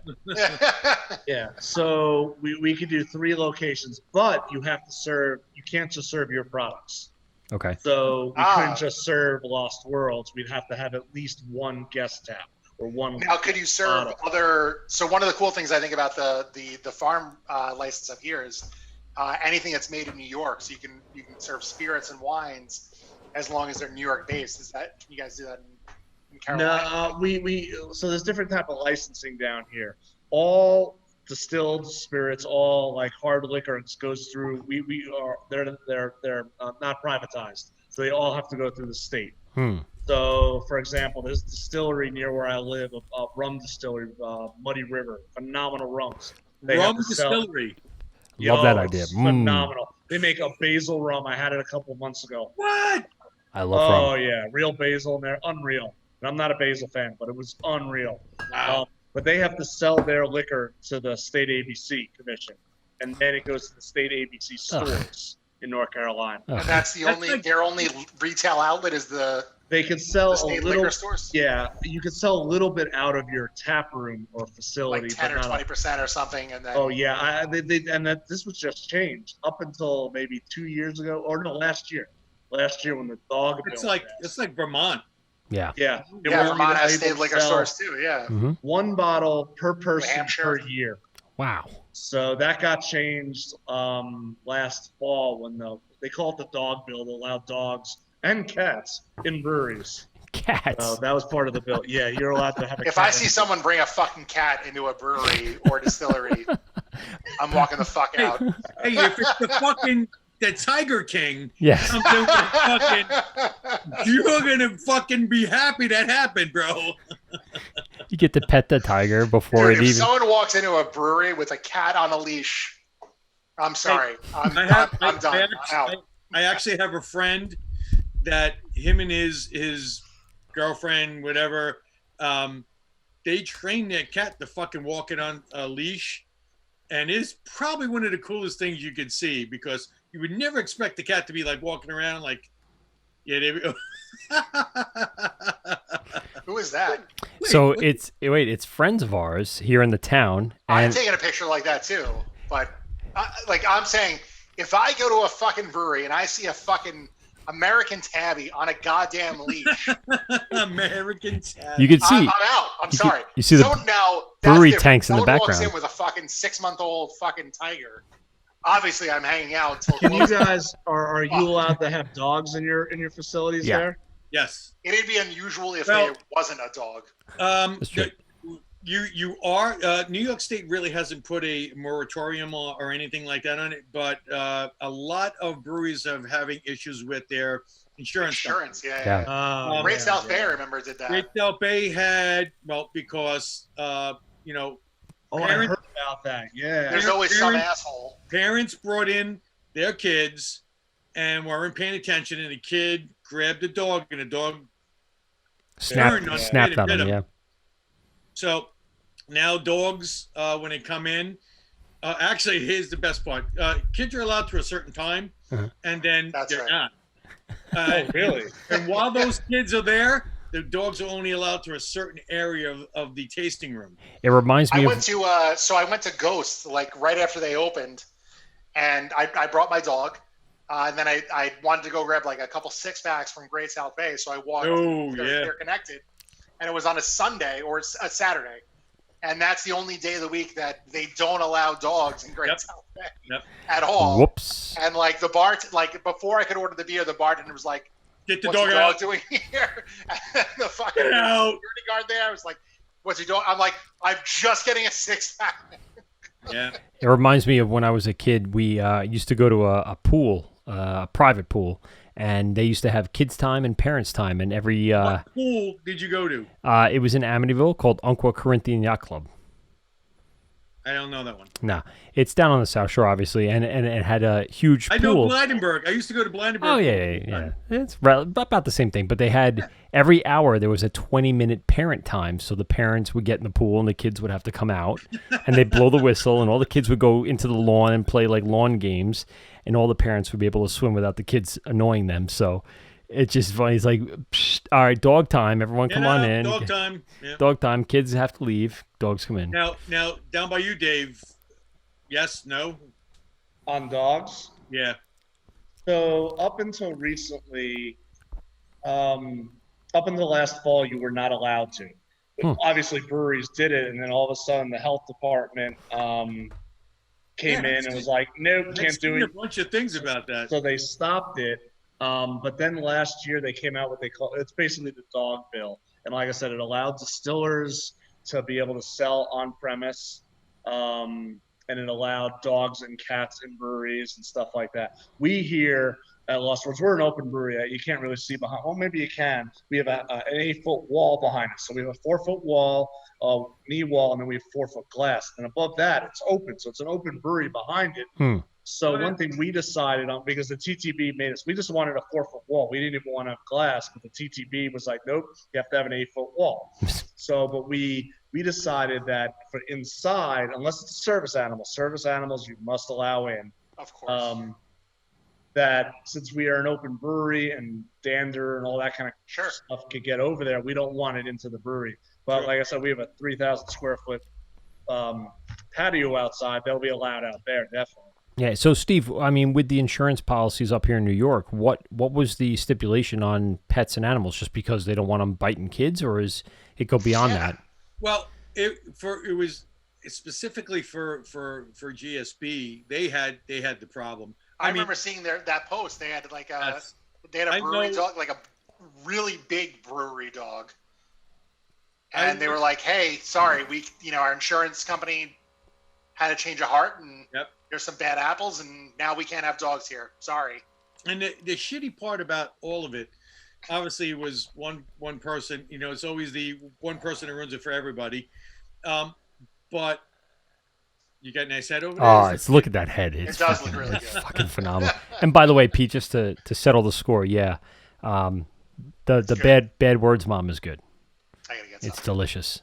But in New York alone, and this is the sad part of this whole pandemic thing and everything, insurance companies it's so expensive in New York. It is, and a lot of people don't realize what companies or restaurants, bars, and especially breweries pay per quarter. Is it relative though to the places in New York, or is it just? I mean, relative to places in the United States? Well, you got to look at it as you're serving alcohol. Right. That's the first part. And that's risk number one. There you go. And then now you're having patrons come in, and there's several different things that can happen. If they're allowed by the brewing area, if they're even before the dog's getting is like Dave mentioned, is dander getting in your product?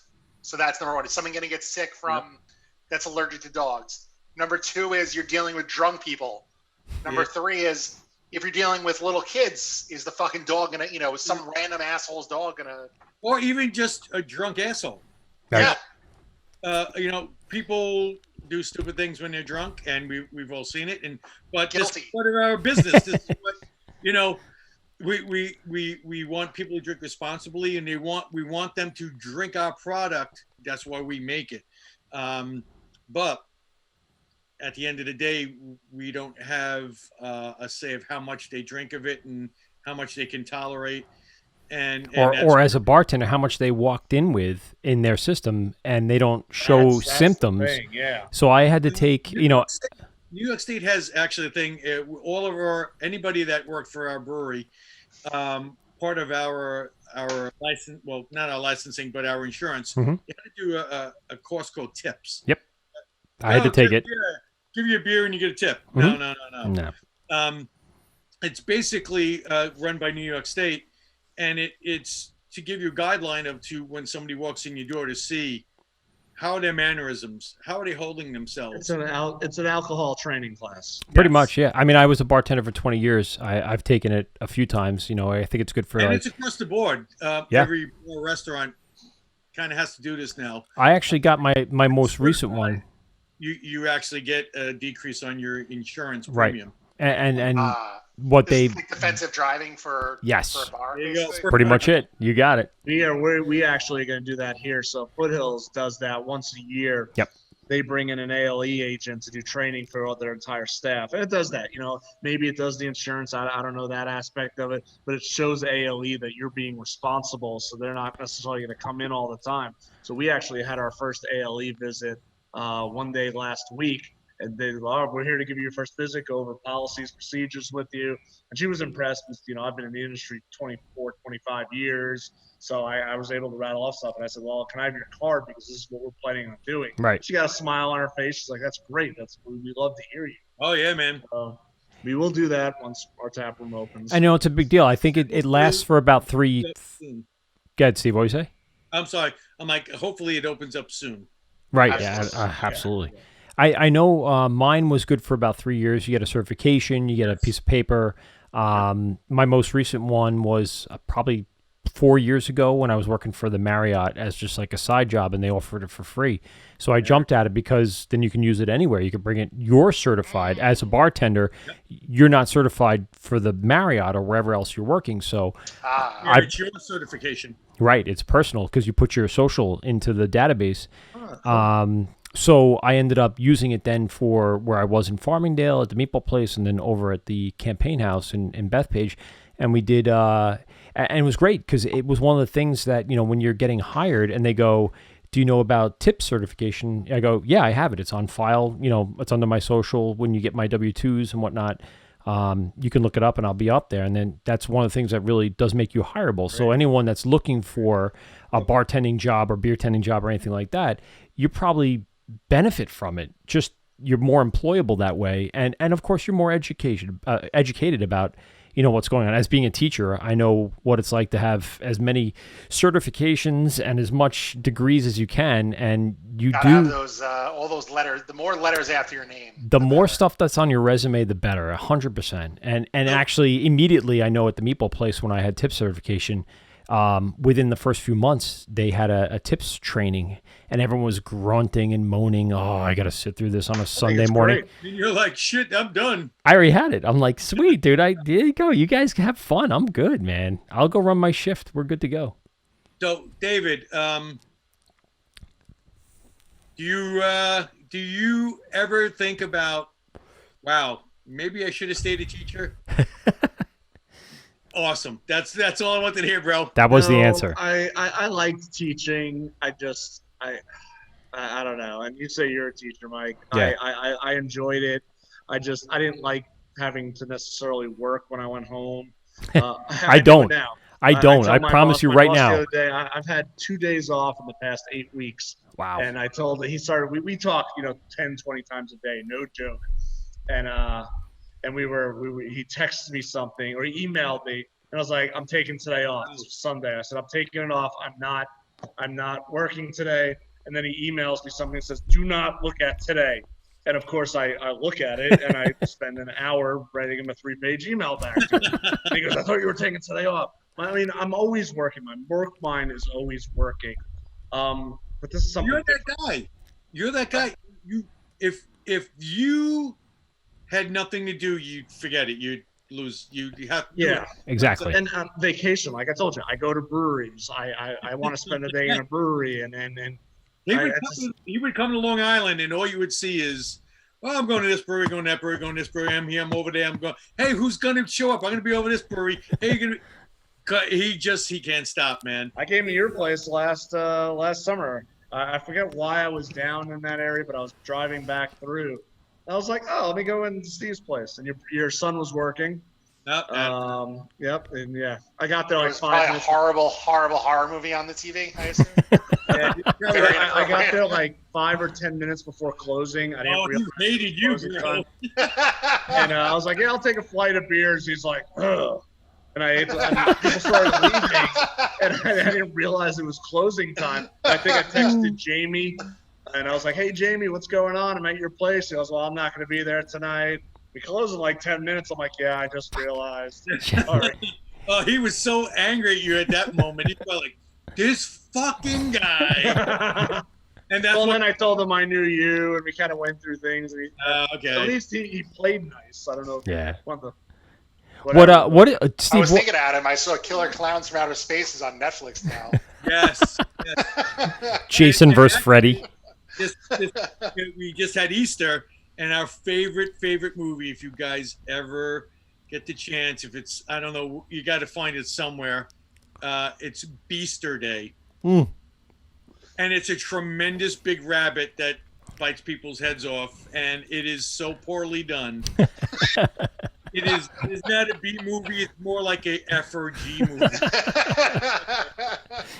And that was one of our favorite. And the last 2 years before we closed, we would watch that on, if it was, depending on how Easter landed, we would open up and we would watch Beaster Day, at least that weekend. Right. It's produced by Andy Garcia's brother-in-law.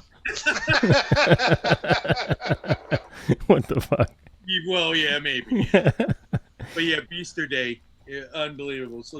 So horrible, but so good. Steve, what's Jamie been up to? Have you been in contact with him? Oh, yeah. Jamie kind of got the COVID. Oh shit. Him and his living girlfriend, fiance / could be wife. Okay. Steph, she works for a hospital or a medical facility. She brought it home. They didn't get it bad. Okay, good. Actually, my son Adam wound up getting it. Get out of here! Really? Yes. Okay. Shit. He like the younger crowd, lost his sense of taste and smell. Really? That happened to my buddy in East Northport. That's weird. He said it's terrible because a slice of pizza is just nothing. Cardboard. That's apparently what he loves. Cardboard. All his Instagram feed is pizza. His mother, my ex-wife, got it in, fever, aches, pains, beyond that, nothing worse than that. But yeah, so Jamie left us, took a little time off, and then he wound up getting a job with Mustache. Oh, good. Oh, great. Really? Good for him. But didn't they just announce? Except that they recently decided to close for the time being. I was just gonna say that Lori and Matthew said they were closing. Yeah. I read that was a tough.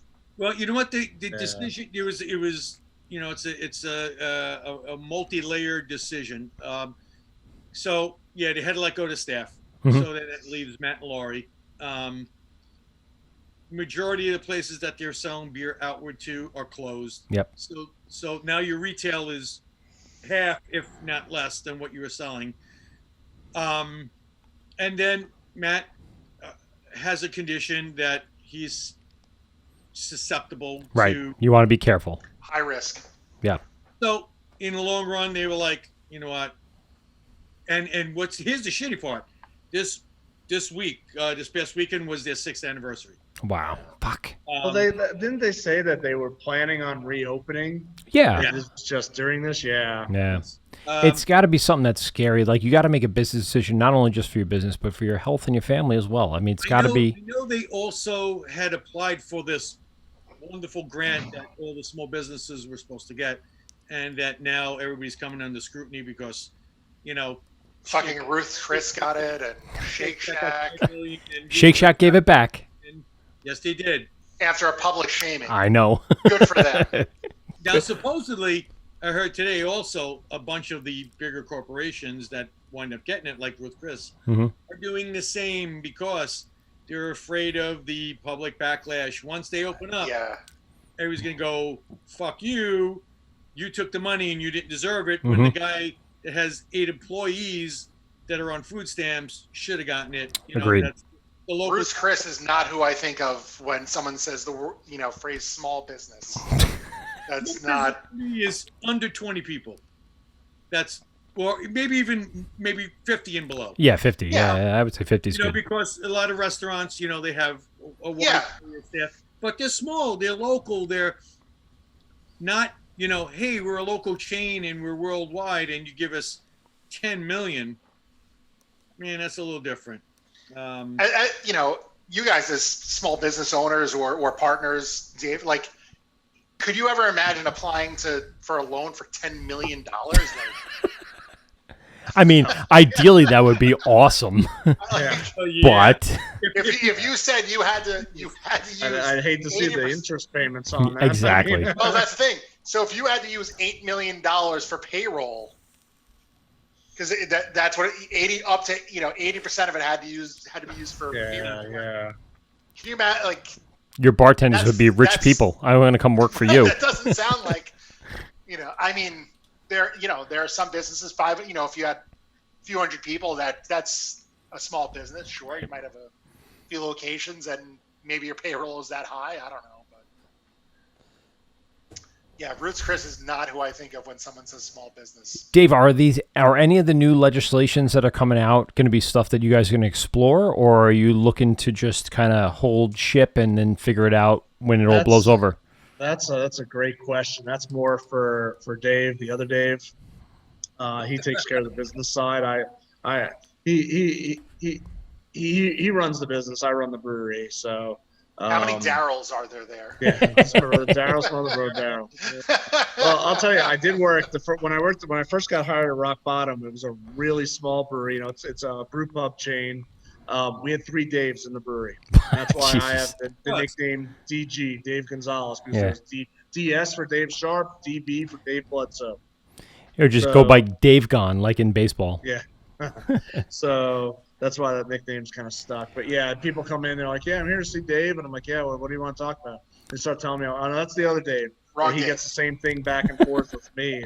Somebody contacted me about some hops. Okay, that's great. The other Dave, that'd be. I know we touched on a whole bunch of things, and for me, I just want to know what system you guys brewing on, and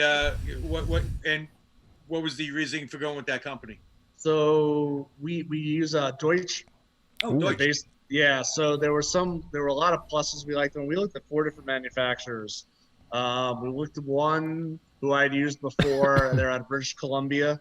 BC? Their support after they sell it to you is, they're in British Columbia, so it's hours and hours away, and their cost was way high. Great stuff. We looked at one out of Nebraska. Same type of thing. They're in Nebraska. And then there's 2 in North Carolina. Obviously, it's all Chinese equipment. Yes. But we looked at 2 in North Carolina. One we were just not impressed with. We went to a brew day there. They brought a bunch of brewers in to show us because they own a brewery too. And heard some not so good stories, which kind of was a bummer because you never want to hear that. Isn't that a conflict of interest to having a machinery and then a brewery as well? No. They also own a homebrew location off that too. So they all right. Are you a goddamn communist, Mike? Yes. Yes, I am. So there were a few reasons why we went with Deutsch. A, they're local. They're 20 minutes down the road. Yes, they're at 3630 Triclan Drive in Charlotte. Triclan Drive, yep. They're right down the road from us. I was there a couple of weeks ago. I had to get a yeast spring from them. Their owners live 15 minutes away from us. Their salesmanship was good. Their engineering is really, really good. We were very, very impressed. So they host a quarterly brew day where they bring potential brewers in, and we had went to a couple of theirs. We were actually highlighted at one of them last fall. I guess it was October, where we actually got to collab and brew a batch with them. Ooh, nice. And then I guess late last summer, I was going around to a bunch of different breweries looking at equipment, keg washers, some other stuff. And I walked into one right across the border in Rock Hill Brewing, which is right across the border of South Carolina. We have some Rock Hill that comes up here too. Yeah, Rock Hill, yeah. So small little brewery, and the brewer walks over and goes, "Hey, you're Dave Gonzalez, right?" I said, "Yeah." He goes, "I'm Jared Jones." That's them. So There you go. we started chatting, and I said, "Oh, we're looking at equipment. What size do you have?" He goes, "We have a 5-barrel Deutsch direct fire." I'm like, "Well, no crap. We're looking at a 10-barrel direct fire." And he immediately says, "You want to come down and spend the day and learn the brewery with us? See what you like, what you don't like." And I was like, "Yeah, it sounds great." So me and my assistant brewer went down there for the day, and immediately talked collaboration. So the next we went down another time and did a collaboration. We did an ESB that sold very well. It was great. So we just got a really good vibe from these guys. Great engineering. The whole process went really well with setup and everything. And the equipment's great. I had a large part in the design, so there's a lot of stuff that I got to. Yeah, we're looking at a little bit of video of the facility. Yeah. It's one of their systems. Fantastic looking, well-engineered really stuff. So I was involved in the design phase. So there were certain little things that I put in. Like I was like, all right, I want steps to go down into my kettle. And they're like, well, why? I'm like, well, there's a hop dam. So I want to take the hop dam out. I want to go in. It's a direct fire. So like we double brewed today. We brewed once yesterday. We double brewed today. And Direct fire at 10 barrels? Yeah. Wow. Yeah. Oh yeah. Why is that significant to someone who's stupid like me? Oh, there's 3 different ways you could use heating for your heat source. You could use electric elements, where they have elements inside the tanks. You could have direct fire, or you could have steam. We didn't have direct fire being like gas. Like there's gas, gas with flames underneath. Literal flames. Okay, got it. A burner. So, I mean, you're enclosed, but okay. Sort of like a hot water tank in my basement. We have like 50 guys underneath with big lighters. So. Right, Oompa Loompas. I love it. Love it. So, perfect. Big flame. So you could have either of them. This system visual. heats up. So by the time we get the kettle filled, I got it. I'm gonna heat it up right now.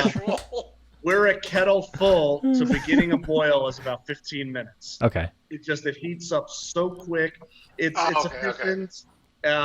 We have a 30-barrel HLT. We were Hot going to liquor tank, boys. Ooh. Yeah, hot I liquor did tank, know that sorry. one. Yes. We were going to get a 20-barrel. Thank you, Wort Wrangler. But honestly, the price difference between the 20 and the 30 was minimal. So like, well, we could get 10 extra barrels of hot water when we need it. So we did that, and that's direct fire. We number one is we didn't have room for a boiler. And when I filled in for that brewery last year, he had a 10-barrel specific mechanical that was direct fire. So I got to use it for a couple months, and I was like, this works. So it really works on our system. Works really well. We're getting good evaporations, great boils. Again, dumb question. Said specific mechanical. Specific Mechanical is a brew house manufacturer company out of British Columbia. Got it. Thank you. Yeah. Sorry, dumb question. Those are the reasons why we ended up going with Deutsch, and to be honest, I highly recommend them. And obviously because they're so close and they can kind of come in and change things and fix things as they need it. They can. Right now, they're not traveling. There's 1 or 2 little things. So we have flow meters. And we have you have water meters. You guys have money. Had money. No. Dave, the other Dave has money. No. So yeah, the one automatically comes with the system, and that's for your water going in. And then they could offer a second one that goes out of your heat X, so you know what's going over to your firm. Because we have sight glasses. God damn it. Yeah, we have sight glasses, but they're not marked like 10 gallons, 20 gallons, 1 barrel, 2 barrel.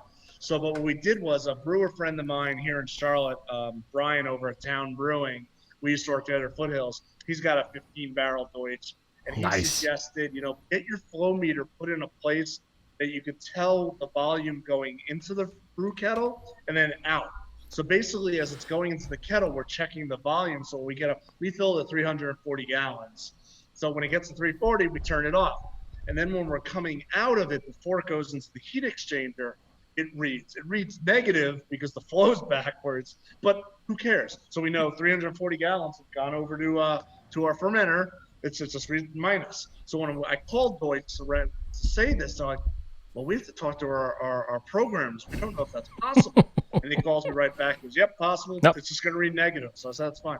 They have to come in and reprogram. So right now it goes between flow rate and volume, and I want it set on just on volume.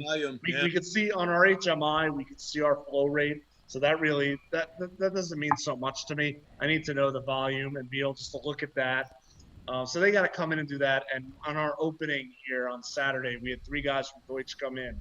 Nice. One of the big wigs in the company, who was our sales guy, our PM, our project manager came in. And the first thing he says to me, he goes, I know we have to come in and we got to do this, but right now our company's doing a non-travel.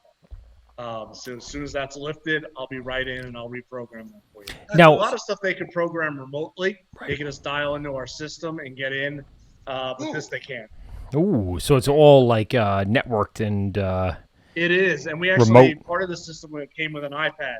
So a couple weeks ago, we were both brewing, and I was doing something, and Harrison, my assistant brewer, he was sitting on a pallet of grain, and I'm up on the brew deck, and all of a sudden the sparge nozzles start up, and I'm like, and I look down at Harrison, and he's sitting on a pallet of grain, like laid back. He's got the iPad. I'm like, oh, he just started sparging. So that's kind of cool. We'll eventually have apps on our phones for it too. Nice. There's certain things we can't do. TCP/IP control. Ooh. Yeah. There's certain things we can't do, like we can't start the rakes or anything like that remotely. That we have to be up there to do that. There's a lot of cool things we can do. You guys using any grant? You guys using any Wort grants, HOP grants? Ooh, we do have a Wort grant, yeah, which is. Well, I looked at it. I was like, Jesus, this thing is so over-engineered. It's got a CIP spray ball in it. And I'm like, why would you have this? That's crazy. But it's got CIP diverters stands on for it. clean in place, right? Yeah, CIP clean in place. Okay. So it's yeah. So we have a Wort grant. That's pretty cool. That's good to hear, man. It's, there are certain companies out there that actually do the right thing. Mm-hmm. There are other companies that don't do the right thing, and I had heard good things about Deutsch, but I'm actually very impressed from what you've been saying. I am too. From a price point too, it was actually lower than a couple of the other ones. Really? Which I was like, okay. Because we went with Premier. And okay. Premier, is obviously one of the upper standards, but they're expensive, man. Yeah. Their customer service is unbelievable. And their work, and again, everything comes from China. Yeah, I wanted when I was looking at keg washers, we wanted an automated keg washer so we could be doing something else. Nice. Press start, walk away, a buzzer goes off, you come back. And we looked at a 2-head Premier, and it was like $17,000. But it was the Cadillac. 2 heads. Fuck. Yeah, 2 heads. So we ended up going with another company that there's a brewery here called Resident Culture. They actually did 2 collabs in Sand City. Yeah, I know about Resident Culture. Yeah. So they're in Charlotte, and they're one of their brewers, Peter. We used to work at Foothills together. So I went in and I looked at it, and then I went by and I was like, "Hey, Peter," I could text him. I said, "Do you mind if I come by and wash kegs for like an hour?" And he goes, "You want to wash kegs?" I'm like, "Yeah, for free. I want to see how this unit works." Yeah. So it's called Fillmore, and then there's another brewery here in North Carolina that I'm buddies with the brewer. They have it too, and it was a lot lower priced, and so far it's working. We got to wash kegs this week, but so far it's working great. David, without a flow meter, what would be the traditional way of gauging how much liquid is going from one tank to the next? To go from like the mash to the kettle, there's different. So you could have a sight glass on the side with markings, like barrels or gallons. That's a lot of them do. Mm-hmm. Excuse me. I've been at breweries that use a stick? yardstick. Yeah, I was gonna say Dip it right down in. Foothills, they used to do. Steve's using the stick. We had a big dowel rod that was over 7 feet, and we put it in our boil kettle, and we poured in 10 gallons of water. Mark it. Yeah. 10 gallons of market, and we did that all the way up, and you gotta do what you gotta do. We just did that with our bright tanks. So our bright tanks don't have markings on the side, so we did the same thing. We filled up the dish. Do you guys have a sight glass or no? Yeah, we have sight glasses. But there was no markings on the side. So we didn't know how many gallons or barrels were in. So we did the same thing. We filled up our dish. We got to a point and said, all right, that's however many gallons. And then we put 10 gallons in, put a mark. Another 10. So we went up to like 60 or 70 gallons where all the markings were the same. Then we realized, all right, the math is all the way to the top. It was usually like an inch. Yeah, pretty much. Yep. So we did that. So right now we just have blue painter's tape on the side with the markings. But we're getting them professionally done. We have a friend of ours who does all our things. So you can't see, but on our fermenters we have our Lost Worlds. Hold on, let me see if I can do this. Oh, look at you moving. Look at this. So we have stick like these markers. There you go. Stuff like that. So cool. Yeah, we have a connection that can do that for us. Do you name your fermenters, or are they just FV1? 1, 2, 3, 4, 5, 6. There you go, brother. Our founders have asked me numerous times, "You gonna name them?" And I'm like, "No, I don't. No. I'll forget which one's which." Is that a thing? Yeah. Some brewers do. Yeah. Did you do them? We did. We had whatever our seller panel said. 1, 2, 3, 4, 5, 6. 1, 2, 3, 4, 5, 6. Oh yeah.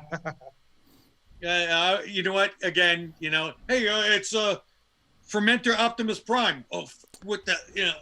Which one is Optimus? Remember which one's which. No. So. I want Megatron. Megatron and Bumblebee are going to be my two ones that are really going to end up being the real deal.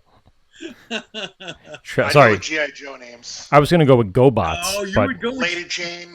All right, so David, if you had to name them, what names would you put on them? What? No, come on. Teenage Mutant Ninja Turtles. Yeah, Dilettante. And you have the four turtles. You could do Shredder. You could do. I have no Bebop idea. and Rocksteady. There you go. I know my turtles. What was the brain? Was that just the brain? What was the Brain. Yeah. That was brain. There's just brain. It's brain. So this is a good thing you just use numbers. That's good. Yeah, I would not remember which was left to right. And I have no idea what I would name them. I don't know. Fucking we still have to name our hoe, so we have a garden hoe to grain out. And we were saying we recommend Debbie. I was like, we gotta come up with like a name like Candy. No. Stop. Peter. No. We don't want to alienate any of our listeners.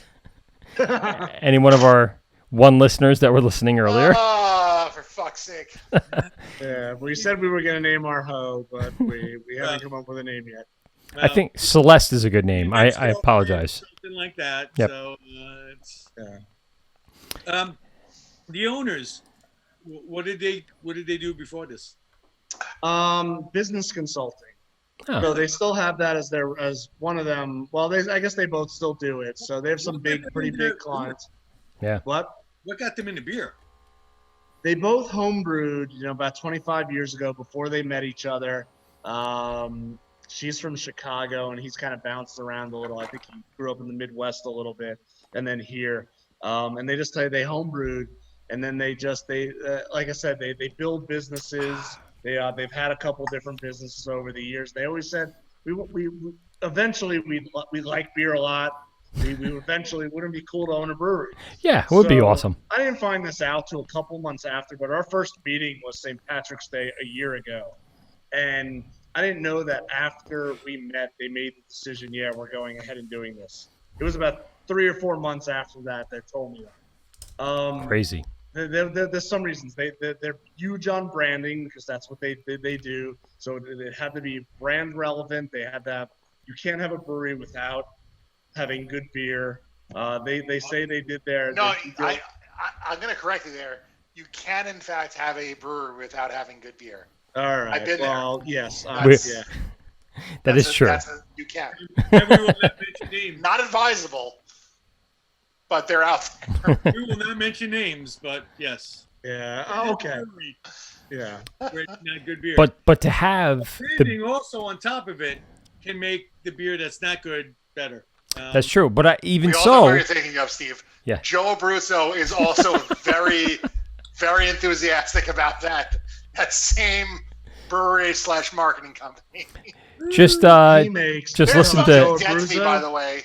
He makes phenomenal meads. Yes. Sure does. Holy cow! I was there over the summer, And I walked in, and he puts a flight. Yeah, he You're puts welcome. a flight down in front of me and says, "Here you go." And I ended up getting some of his cucumber. Yes. That's a good bring one. back with me. Unreal, absolutely. I got yelled at the first time I went there, which was, I thought you'd never fucking come here. Yeah, I walked in. God. Well, apparently, I guess in the spring I was up in New York. Yeah, it was my parents' 50th, so we were up there, and I'd heard about 27A. They weren't open, and I guess I parked in his parking lot, and I walked by, and then I walked in. He goes, "I saw you walk by," and I was like, "Yeah." So I came in. He puts a flight in front of me. Here you go. And then over the summer, I was up, and I was supposed to come back to North Carolina. I guess Saturday. He goes, "So what are you doing?" This was a Friday. He goes, "What are you doing tomorrow?" Because I went up there to see him and go to the 27A soft opening. And we were there the night before. Tomorrow? I said, "I'm getting up at like 4 in the morning to drive back to Charlotte." He goes, "No, you're not. Here's a ticket to go to a meat festival tomorrow." And I'm like, Oh yeah, the big meat festival. Oh yeah. Yes. Okay. Oh, that's yeah, right. They were supposed to do day. another one like this month, weren't they? Yeah. No, it's in. Fuck. It's not in school time. It's definitely in. Is it August? I want to say it's August. That's when it was last year. It was Yeah. August. Okay. Because I was in Aruba and I couldn't. I was in the Dominican Republic and I couldn't make it. I was telling Mike and Pete. So yesterday, Joe shows up to the brewery, and we had the remaining kegs that we had in our brewery, and they took them all. So wow. And we're helping them out. So he's a good guy. Yeah. Unfortunately, those kegs are empty. Yes. Yes, they are. But they're clean. So that's well. So I told Joe, Who knows what your son did into those kegs? Hey. It's really hard to get. Well, I'm not gonna... I know how to take. I know how to take those apart. Trust me. So they have this new space that's going to be their production facility, and they've been putting all these barrage kegs in there, and they actually had to put paper over the windows because people were asking, "Oh my God, are you guys collaborating with Barrage? You opening up a Barrage / WA Meadworks?" Oh. They're like, "No, Barrages, they're not." No. But it sounds like a great idea. It sounds like a phenomenal idea. More people coming in To the town of Lyndhurst? Yeah, the village of Lyndhurst. But he's just like, no, please, just relax, people. But yeah, so I actually have a bottle of it. We did a collaboration barrel between Meadworks, us, Brick House. Brick House, that's right.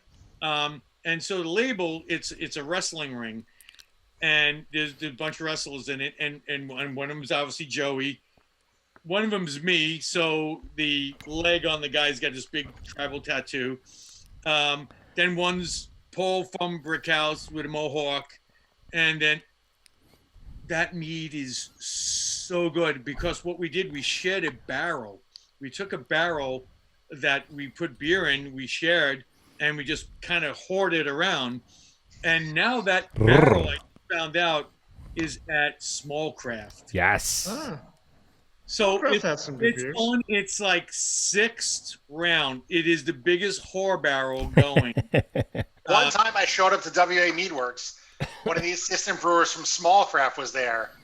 Christian, Yeah, right there in the block. It's either I can't. Wasn't one of the Sims. It was one of the assistant brewers. I don't know. Then yeah. Zach or Jake, one of those. I don't know. I only know the Sims. But yeah, I mean, one of the things that's great about the industry around here is that you guys all do share in ideas and thoughts. And even though that barrel has been hoarded around, it's kind of taken on a new character each and every time it's been to the new location. It's had, it started out as bourbon. It was a bourbon barrel. And then me and Paul Komsek took a collaboration beer and we put it into it. Then we took that beer out. And then we gave it to Meadworks, and Meadworks put mead into it. And then, it was before Ghost. And then now Small Craft's got it, has it. So it's pretty cool how it's And now, yeah, the bourbon's gone, but it's got all these other flavors in it. So it's pretty cool to see it's working its way around, even though it is a big slutty barrel. Well, you were just saying about like. Speaking of slutty barrels. All right, Debbie Cakes 5. Why? Sorry, I just had to. I apologize. I was hoping someone was going to pick up on that. You set it up. I had to knock it down. Thank you. All right, Mike, you know what happened to Graz. Double secret probation. I got it. I understand. Dave, though, I do have to thank you for coming on. Thank you for having me. This is awesome. We've known each other for a while, and I was very excited what you were doing down in North Carolina. Thank you. Because everything it seems you do, bro, is always something. For me as a brewer, very respectable because Thank you. You've been, as I have been, classically trained type of, we do things the way we were taught from way back when, which is I still think is the right way to go. But we've learned, and and I really, as I know, as much as Mike and Pete can attest, really want to try what you guys got coming out of. I'll be next time I come up. I don't know when that'll be, but next time I come up, I usually try to get up there once a year. I'm definitely gonna bring stuff up. Stay away until at least the summer. Do us a favor and just stay away from. We'll do New a York. little bar crawl. We'll hit up. Yeah, we'll all hang out. The four of us will hang out and go hopping around. Besides talking beer and brewing with you guys, it's awesome to talk Long Island. Yeah, man. Yeah, you might get something from me to send back to us. And Dave, I'm going to be in touch with you. Shipping, just put some friggin' cans in a box. Ooh. Send it back to us, bro. Listen, Dave, on if I could send you stuff, you can send me stuff back. So. I'm gonna get in touch with you on your Instagram, Dave, and I want to send you down some the Wort swag T-shirt and information. So I'll just stay with that and get back to me, and I'll ship it down to you ASAP. Good, thank you. I'm not on Instagram. I'm only on Facebook. Lost Worlds is on Instagram. What? Right? Yeah. No, I know. MySpace, isn't it? Couldn't tell you. No, but I'm saying the Lost Worlds account. I'll definitely. Okay. Awesome. I'll direct message you and get your address, and I'll send some stuff down for you. Sounds great. All right. Listen. Any last words? Give us the big plug, Dave. Give us the last little bit. What supermarkets can your beer be found in, Dave? Because we are national and actually worldwide, by the way. Yeah, worldwide. We are worldwide. No, it's a North Carolina, South Carolina-based chain. Like I said, there's 4 locations here. I almost got you. God damn it. Prestige worldwide? Due to North Carolina ABC regulations, we're not allowed to say what someone else says. So close. Get out of here. On social media. So there's an actor named Rob Lowe. I know where you're going with this. Who's done a bunch of movies. So you can find that out. Follow the breadcrumbs. You're smart enough to get the beer. That's true. So yeah, Dave, thanks for coming on. We're excited to get going and get out. Like I said, we have, as of today, 180 barrels of beer in our tanks. Boom. And it's gonna be fun. The adventure theme here is gonna be a lot of fun. It's just gonna be really cool. Awesome. Well, it's actually good to see that you're happy about this because I'm really happy. When a brewer is enthusiastic of what he's doing, that means it's a good gig. It's what he wants to do, and he's happy producing what he's producing because he knows down at the end of the line the people that are going to consume it are going to be very happy. So 100%. That's the goal. So, bro. Thank you very much. Yeah, man, I'm happy for you, brother. Thank you. That's right, and check them out on Lost Worlds Brewing on Instagram, on Twitter, on Facebook, on all the social media. Google search them. David Gonzalez, thanks very much for coming on, man. I appreciate it. All right, thank you guys. This is the Wort with Mike at PeteGovsRadio.com. Thanks for everyone for tuning in tonight. It'll be up on our, like I said, Spotify, on iTunes, and of course, Hopped Up Network. Thanks for everyone for tuning in, and we'll catch you in 2 weeks with a brand new guest. This is the Wort with Mike at Pete, GovsRadio.com. Pete, anything before we go? Don't forget we have spayed and neutered. Okay. This is where my. I'm I'm drunk. Yeah, it seems like that. That's right. We out. Well, that's 2 hours of your life you're never getting back. First off, it was 3 hours. What the fuck? Honestly, how can you talk about beer for 3 hours? It's beer. There's so many elements in it. Where's mine? It's been 3 hours and I don't even get a single beer. You don't get shit. This is the Wort on Govs Radio. I hope you're drunk enough.